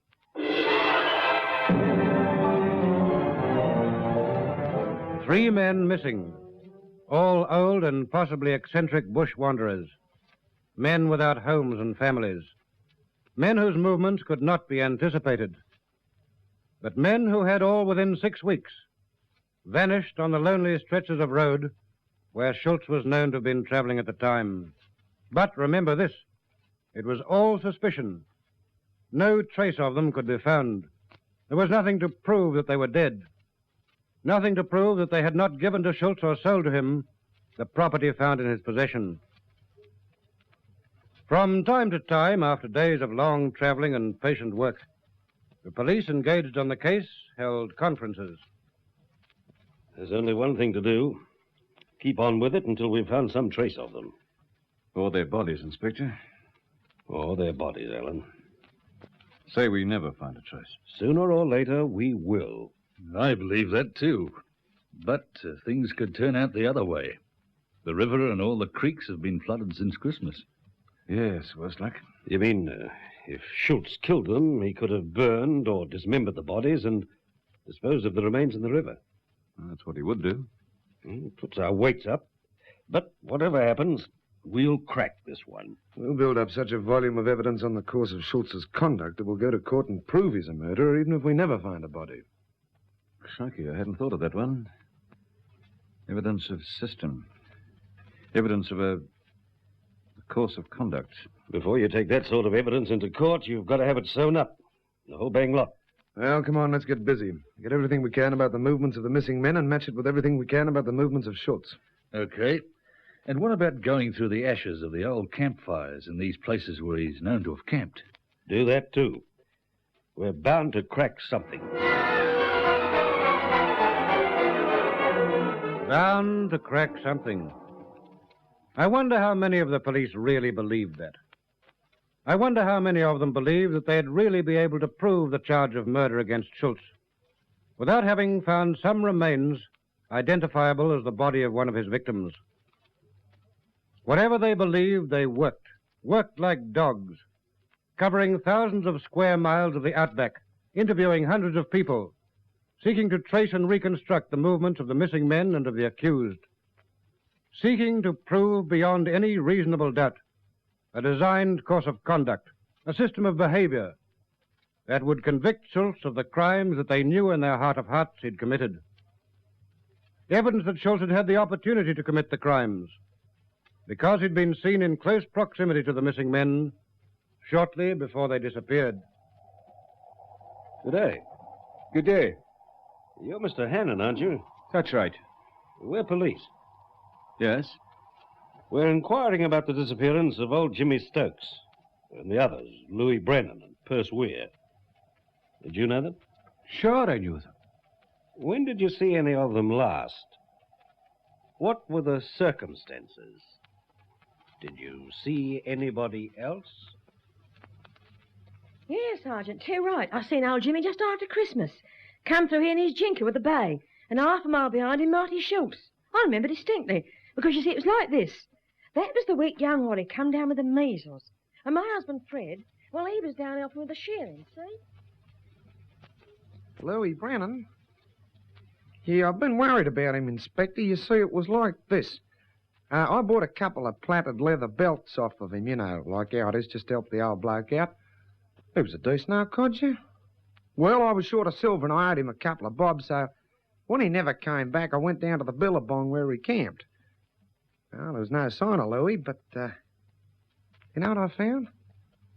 A great pool of something that looked like it might have been blood. And bits and pieces chucked around like somebody had got out in a hurry. And after that, I never seen Louis again. That's quite correct. Perce Weir was camped down there, and so was Marty Schultz. There are a dozen people around there who saw them. It was only just after New Year. And about that dapple mare, why, old Perce had been driving her for years. You won't have any trouble proving that. Well, there it is, gentlemen. As complete a reconstruction of Jimmy Stokes's movements, and of the others, as we're likely to get. Yes, that's true. In every case, Schultz was seen in the company of the missing men, or was known to be camped near them at the time of their disappearance. In every case, animals or other belongings of the missing men were either in the possession of or are known to have been in the possession of Martin Schultz. Right? Yes, that's right. Every conceivable bit of evidence we've got points to Schultz being responsible for the disappearance of these men. There's only one catch. What? No body. You're right. No body.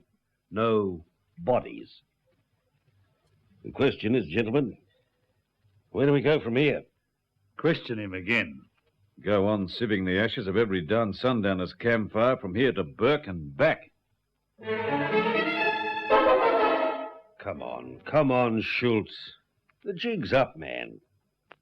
Why bother with the lunatic nonsense? I've told you time and time again, you've worked it to death. Tell the truth. Tell the whole story from the beginning. What happened to Jimmy Stokes? Hey, listen, you. I'm listening, Schultz. Well, all right. I'll tell you. I done him. I done Jimmy, see? I see. How, Schultz? How?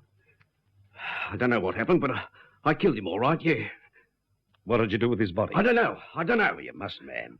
What did you do with him? I don't know that. What happened to him? I didn't burn him. There wasn't enough wood, see? I... Go on. I must have put him in the river. Do you want to make a statement, Schultz? You'll feel better if you tell the truth. Well? Do you want to make a statement? Make a statement? A statement? That's rich. Yeah, that's rich. Go on, prove it, you mug.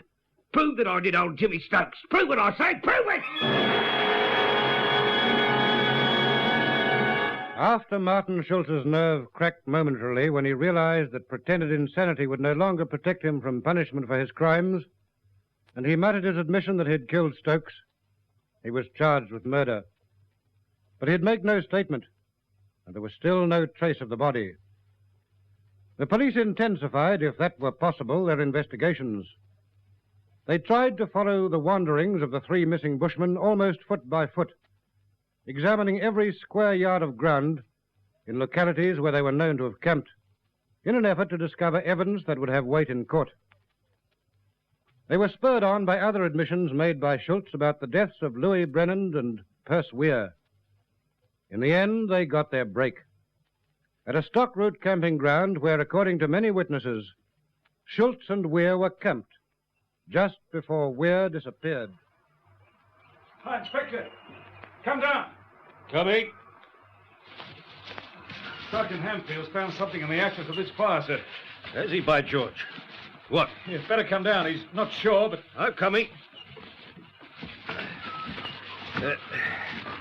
Onto something, Hanfield? Maybe, sir. Look, I've just finished sieving the ashes. It was a pretty big fire by the look of it. Yeah, it's a downside bigger than the average campfire. Yeah, let me see what you've got. Metal buttons by the look of them. Yeah, those might be, let's see, boot eyelets, maybe. And this? Have a good look, sir. A really good look. Well. What do you reckon? Is it or isn't it? Yes, Hanfield. I think you've cracked it. We won't know. Can't know for sure until the experts have checked. But I'll bet my bottom dollar it's a human tooth.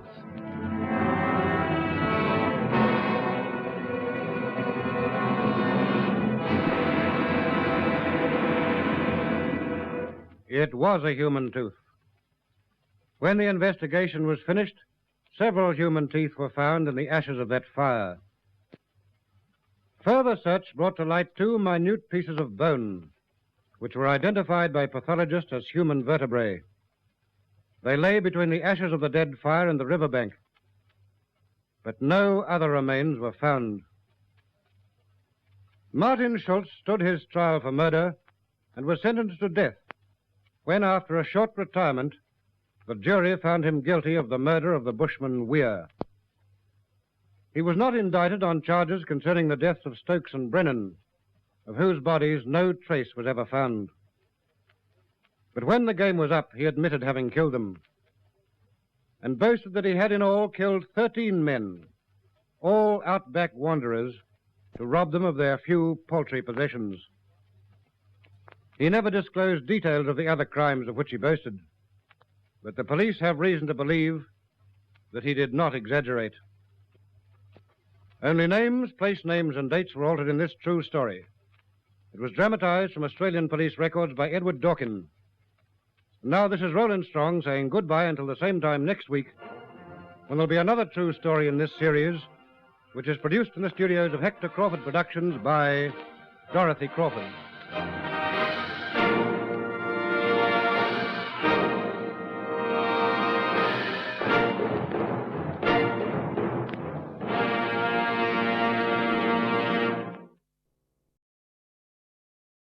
D24, The Death of a Burglar. I don't have any information on this show either. The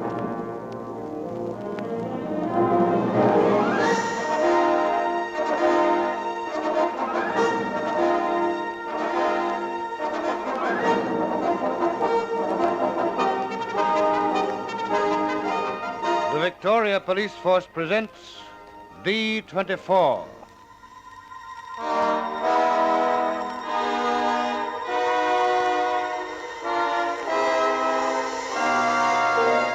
From the files of the Victoria Police, for the first time come these true stories of unceasing war against crime, of day and night vigilance that protects our life and our property, and of the nerve center of the Police Information Bureau, D24.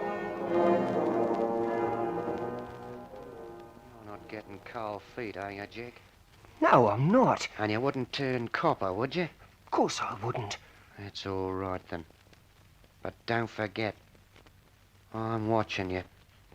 And if you start getting yellow, I'll fix you.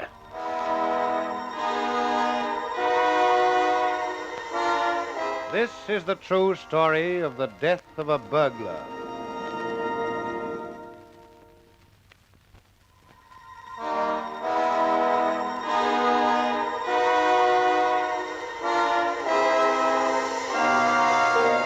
This is a true story from the files of the Victoria Police.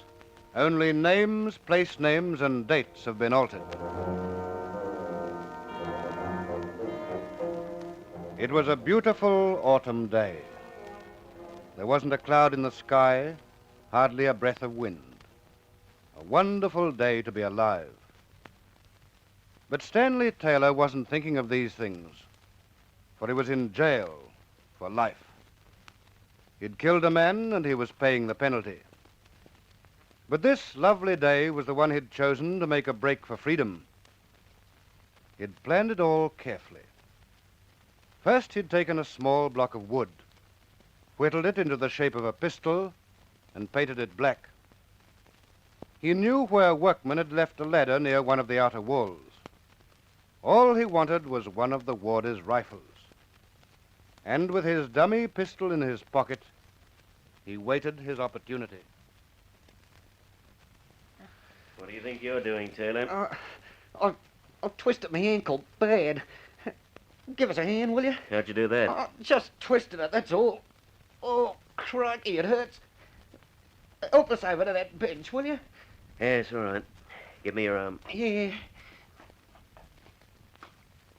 Now, don't move, mate. This is a gun in your ribs. What? And shut up, or you'll get it.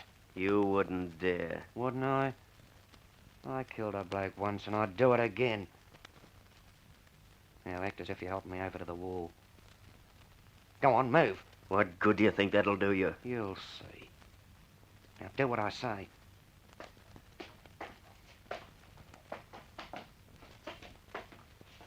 Now that'll do.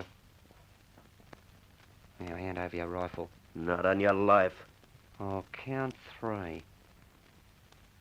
1, 2. All right. There you are. Good. Now, beat it. Fast. What are you going to do? I'm getting over the wall. The lookout on the tower will see you. I'll risk that. Now, beat it.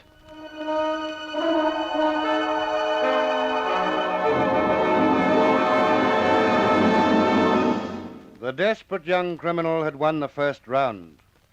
And now, with a rifle in his hands, he raced to where the ladder was, pushed it against the wall with the aid of a fellow prisoner, and scrambled to the top of the bluestone wall. Of course, he was immediately noticed by the warder in the lookout tower, who fired a warning shot. But Taylor ignored the shot, jumped from the wall, and ran for his life.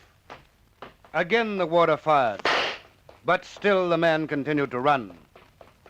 And now the warder had no option but to aim at the fleeing convict. And again a shot rang out. Taylor stumbled, staggered a few steps until he could go no further.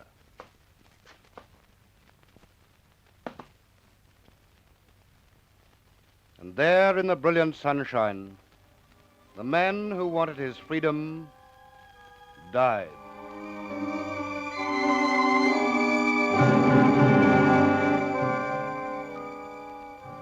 Stanley Taylor's life had never been a happy one.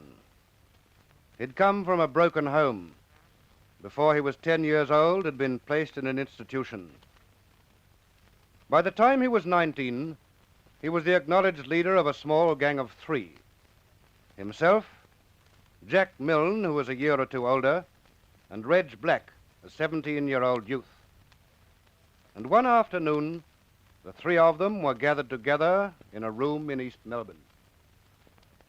Righto, Jack. Shut the door. Shut it yourself. What did you say? You heard. Yeah, so I did. And I don't like that kind of talk, see? So what? So shut the door. Yeah, all right, I'll shut it. Well, big shot. Satisfied? Now come and sit down.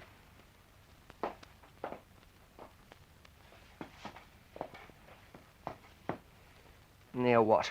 Now we're all going to have a little talk. You mean you're going to talk? What if I do? I run this outfit, don't I? Well, don't I? Of course he does, Jack. He's the boss. Do you agree with the kid, Jack? Yeah, I suppose so. All right, then don't try to be funny. Next time I tell you to shut the door, shut it. Is that all we're going to talk about? No, it's not. But it's the first thing. Well, let's have the second. One of these days I'll do you over, Jack. So help me, I will. You and who else? Me and no one else. Just me and one of these. Where you been getting bullets from? Never mind. But I've got plenty of them. But you haven't got a gun? Nah. What do you suppose this is? Put it away, will you? I'm scared of guns. You scared too, Reg? I don't reckon we ought to use them. Guns mean trouble. Not for us, they don't. Unless someone forgets I'm the boss. Okay, Stan, okay. What are we going to do now you've got it? You know that place I used to work at? Some pub or other, wasn't it? Guest house, up at Eelsville. Well, I know the place backwards. And we're going to do it over. That doesn't sound like a bad idea to me. Hey, Reg? I'll be in it. Well, just a minute, though. What if somebody sees you, Stan? They might recognise you. That'll be too bad for anyone who does. I got this gun and I'm not frightened to use it. Gee, Stan, you're pretty good. I'll say. Why don't we do like that bloke on the pictures? What bloke? The saint. Whenever he does a job, he scrawls a sign on the wall or something. Sort of trademark like. Yeah, we could do something like that. Couldn't we, Jack? Yeah. I know. We'll get a bit of chalk and draw one of those swastika things on the wall. Just before we leave. Right. When do we go? Tomorrow night. We'll meet under the clocks at the Flinders Street station at 6 o'clock sharp.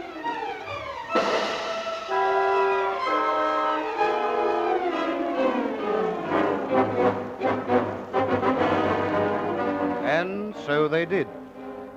And they caught the train to Hillsville, and then made their way to the guest house on the edge of the town. It was a rambling two-storied building set back in large grounds, and Taylor quickly led them to an upstairs room he'd chosen as their temporary headquarters. In there. Quick.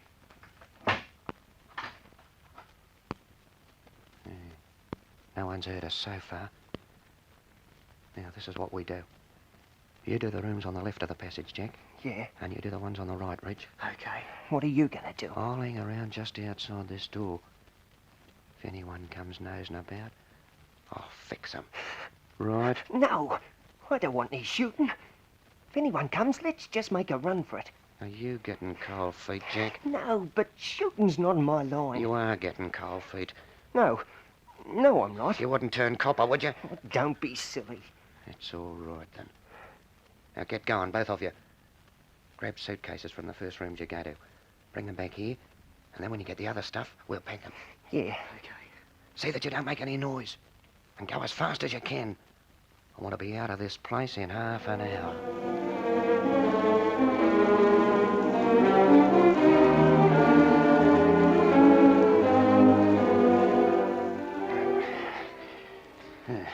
Well, it's about all we can get into this case, isn't it, Reg? Yeah. Yeah, then kneel on it while I shut the lock. Righto.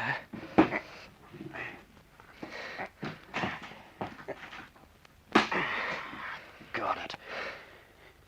Oh, where the heck's Jack got to?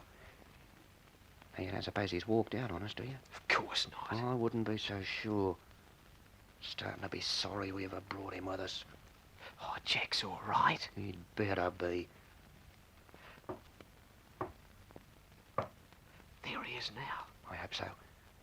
Open the door while I keep it covered. Yeah. That you, Jack? Yeah. Okay, come in.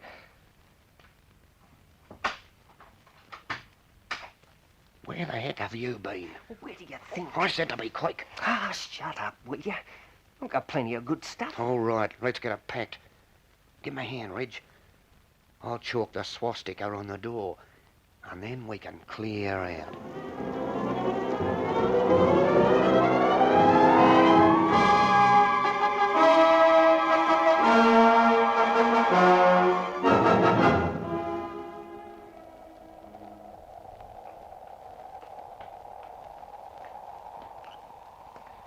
Thank goodness that's over.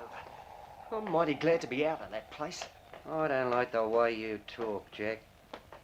I still reckon you might turn copper. Why should I?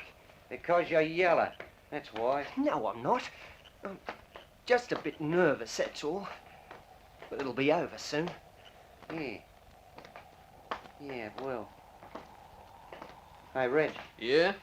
These cases are getting a bit heavy, aren't they? Oh, say they are. Now, let's put them down here for a bit. You stay and watch them. Jack can come with me. Where to? There's a bloke I know around here. He's got a truck. Reckon he'd drive us to the station. Can you trust him? What do you take me for, a mug? Course I can trust him. Come on, we'll cut over this paddock.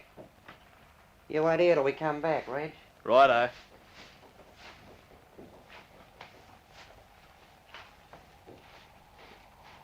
We got far to go? You haven't. Hey? I don't like nervous blokes, Jack. Stan! So this'll see to it that you never squeal. No! No, Stan, don't! No use running, sport. Oh.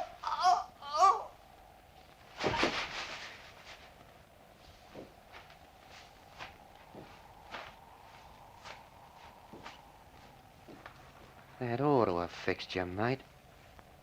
But here's just one more to make sure. Yeah.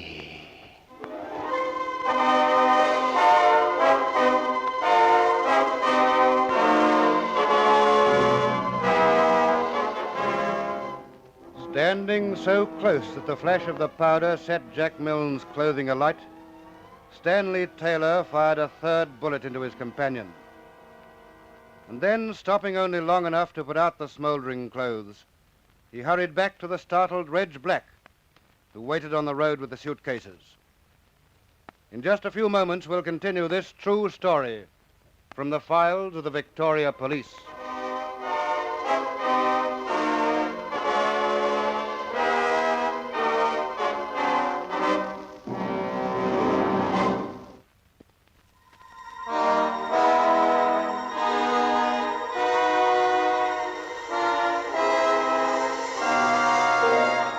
This is a true story from the files of the Victoria Police. Only names, place names, and dates have been altered. After killing his companion, Stanley Taylor rejoined Reg Black, and the two young men returned to the city. The robbery at the guest house was soon discovered, but the body of Jack Milne remained hidden in the undergrowth. Detectives investigated the robbery, but found no useful clues. The next day, Taylor and Black spent the afternoon in a city fun parlor, confident that they'd got away with the burglary and the murder. Suddenly, a tall figure stood beside them. Oh, move away a bit, can't you, mate? Give a man a go at this machine. Not that you can win on the rotten thing. I'll say you can't. Why bother to play it? Haven't you got anything better to do? What's it to you? We can do as we like. Now go hopping. Just a minute. I'm Detective Abbott, Russell Street CIB. What are your names? Hey, what is this? Can't a man come in here and amuse himself without policemen asking a lot of questions? Any reason why you shouldn't give me your names? Nah. And what are they? I'm Harry Brown and, he's Elf Jackson. Where do you live? Clarendon Street. What number? Well, I don't know. Just up from George Street. Both of you live there? Yeah. Now, what about leaving us alone? All right. Just a routine check. What a nerve he's got. Reckon he knows anything? Oh, do you think he'd just walk away if he did? Nah. Let's get on with the game and forget the great big mug.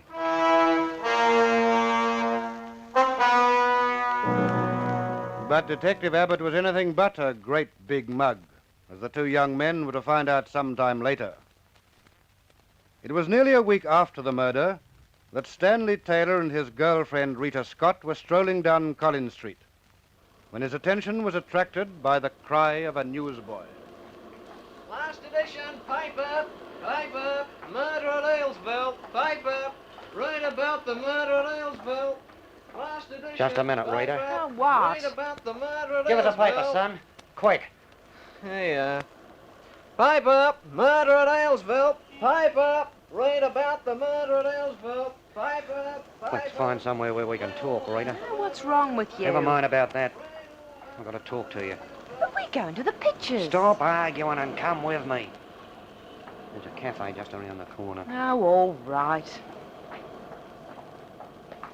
I don't know what's come over you these days, Stan Taylor. Truly, I don't. Half the time, you're like a cat on hot bricks. Just be quiet, will you, and get inside that cafe. All right. There's no need to push.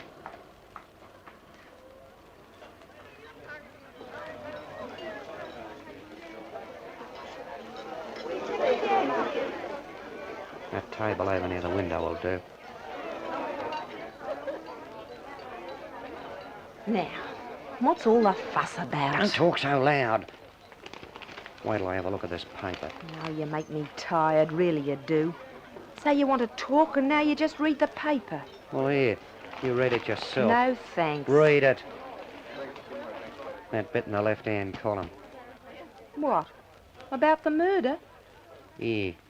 Well, what about it? I did it. Hey? Not so loud. I did it, I tell you. Who was it? Jackie Milne. Yeah, but why? Oh, we were doing a job up Earlsville way. Jackie Milne, Reg Black and me. Jackie got scared and I reckon he'd have turned copper. So I shot him. Oh, you're a fool, Stan. No, I'm not. They'll never get me for it. But you got to help. Wow. By saying I was with you if they pick me up. Yeah, but, well, I've never been mixed up in this sort of thing, Stan. Well, you are now. You wouldn't squeal, would you? No, Stan, I wouldn't squeal. Well, don't forget it. I've still got the gun I used on Jackie Milne. And plenty of bullets. So remember that, reader. Or I might have to use them again.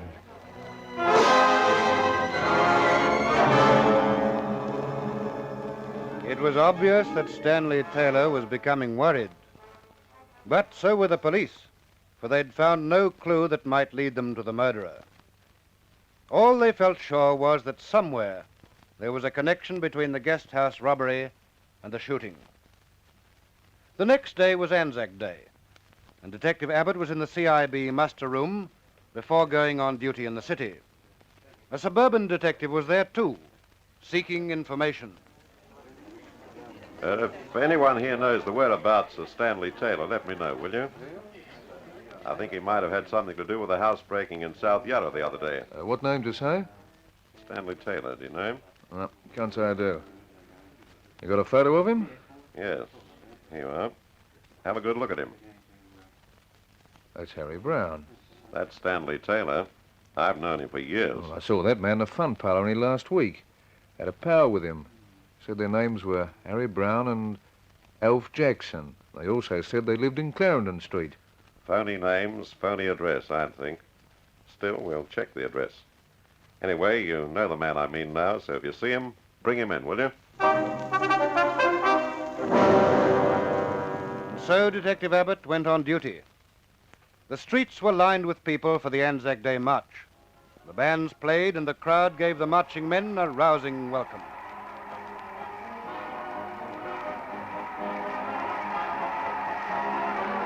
But all the time he watched the march, Detective Abbott was keeping his eyes open for those little incidents that often happen when a big crowd gathers. And suddenly in Burke Street, he saw the man he now knew was Stanley Taylor. The young police officer thought quickly and decided to follow Taylor. Though it was a difficult job in the crowd, he kept to it and eventually saw his quarry enter a residential in a lane in the western end of the city. But now he was faced with a problem. Do I go in after him? Or do I go for assistance? If I go in, he might have a few mates with him. If I go away, he might be gone when I come back. Oh, well, I don't want to think for it. Go in after him.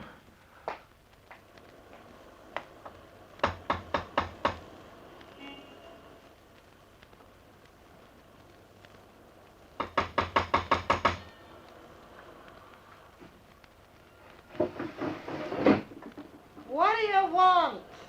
I want to see Stan Taylor. Is he home? I think so.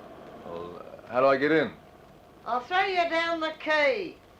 Waiter, Jeff. So far, so good. Here, catch. Got it. Thanks very much. You're welcome. Leave it on the hall stand. Which is Stan's room? Last on the right, downstairs. Oh, no, thanks. Don't forget to leave the key. Oh, well, here goes.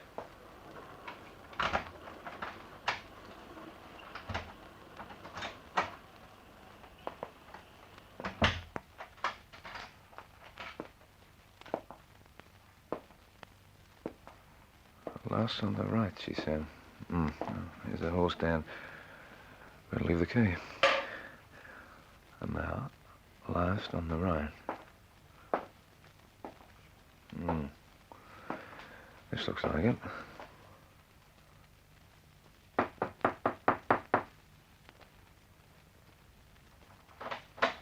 Well, what do you want? It's that cop. Ah, so it's you. What's the idea?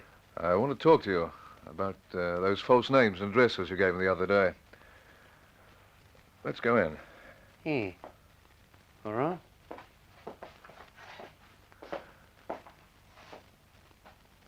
Now, you did give me false names and addresses, didn't you? You're really Stanley Taylor, aren't you? All right, so I am. Hey, get your big foot off that suitcase, will you? Why? Because I don't like cops' feet on my things, that's why. Just a minute, just a minute. You've been doing a bit of travelling, have you? What do you mean? All the labels on this case. That label marked Healesville. It looks quite new. That's my business. Well, we can talk about that later. Meanwhile, I'm taking both of you to Russell Street.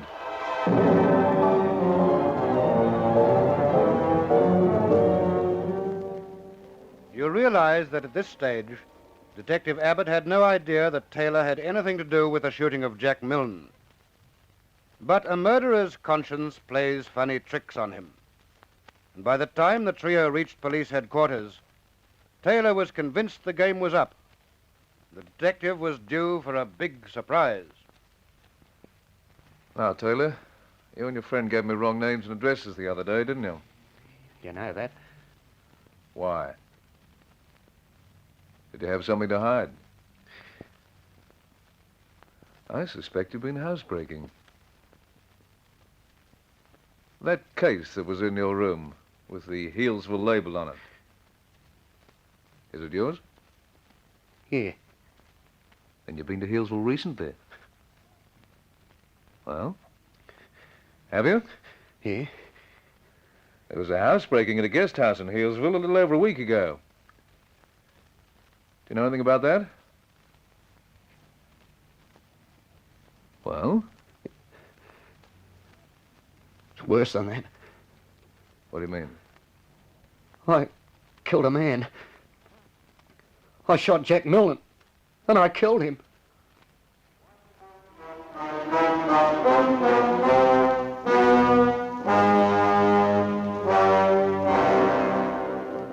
Detective Abbott had caught a much bigger fish than he bargained for, largely due to his retentive memory and his alertness. It was only later that Abbott discovered how lucky he was to be alive. For in the suitcase he'd put his foot on in Taylor's room was a fully loaded revolver. And Taylor swore that if he'd been able to get it out, he'd have certainly shot the detective. At his subsequent trial, Stanley Taylor made a statement from the dock of the Supreme Court in which he said this. Gentlemen of the jury, I've never had a chance in life. I spent several years in a home. I was declared a neglected child. In the past few years, I've suffered with severe headaches and fits of dizziness, and I have a very bad temper which I find it very hard to control. I didn't intend to kill Milne. I had no argument or quarrel with him. I wasn't afraid of him. I didn't know I had shot Milne until Black told me. I think the gun must have gone off by accident. Gentlemen of the jury, I ask you for a chance. If you give me one, it'll be the one chance I've had in life.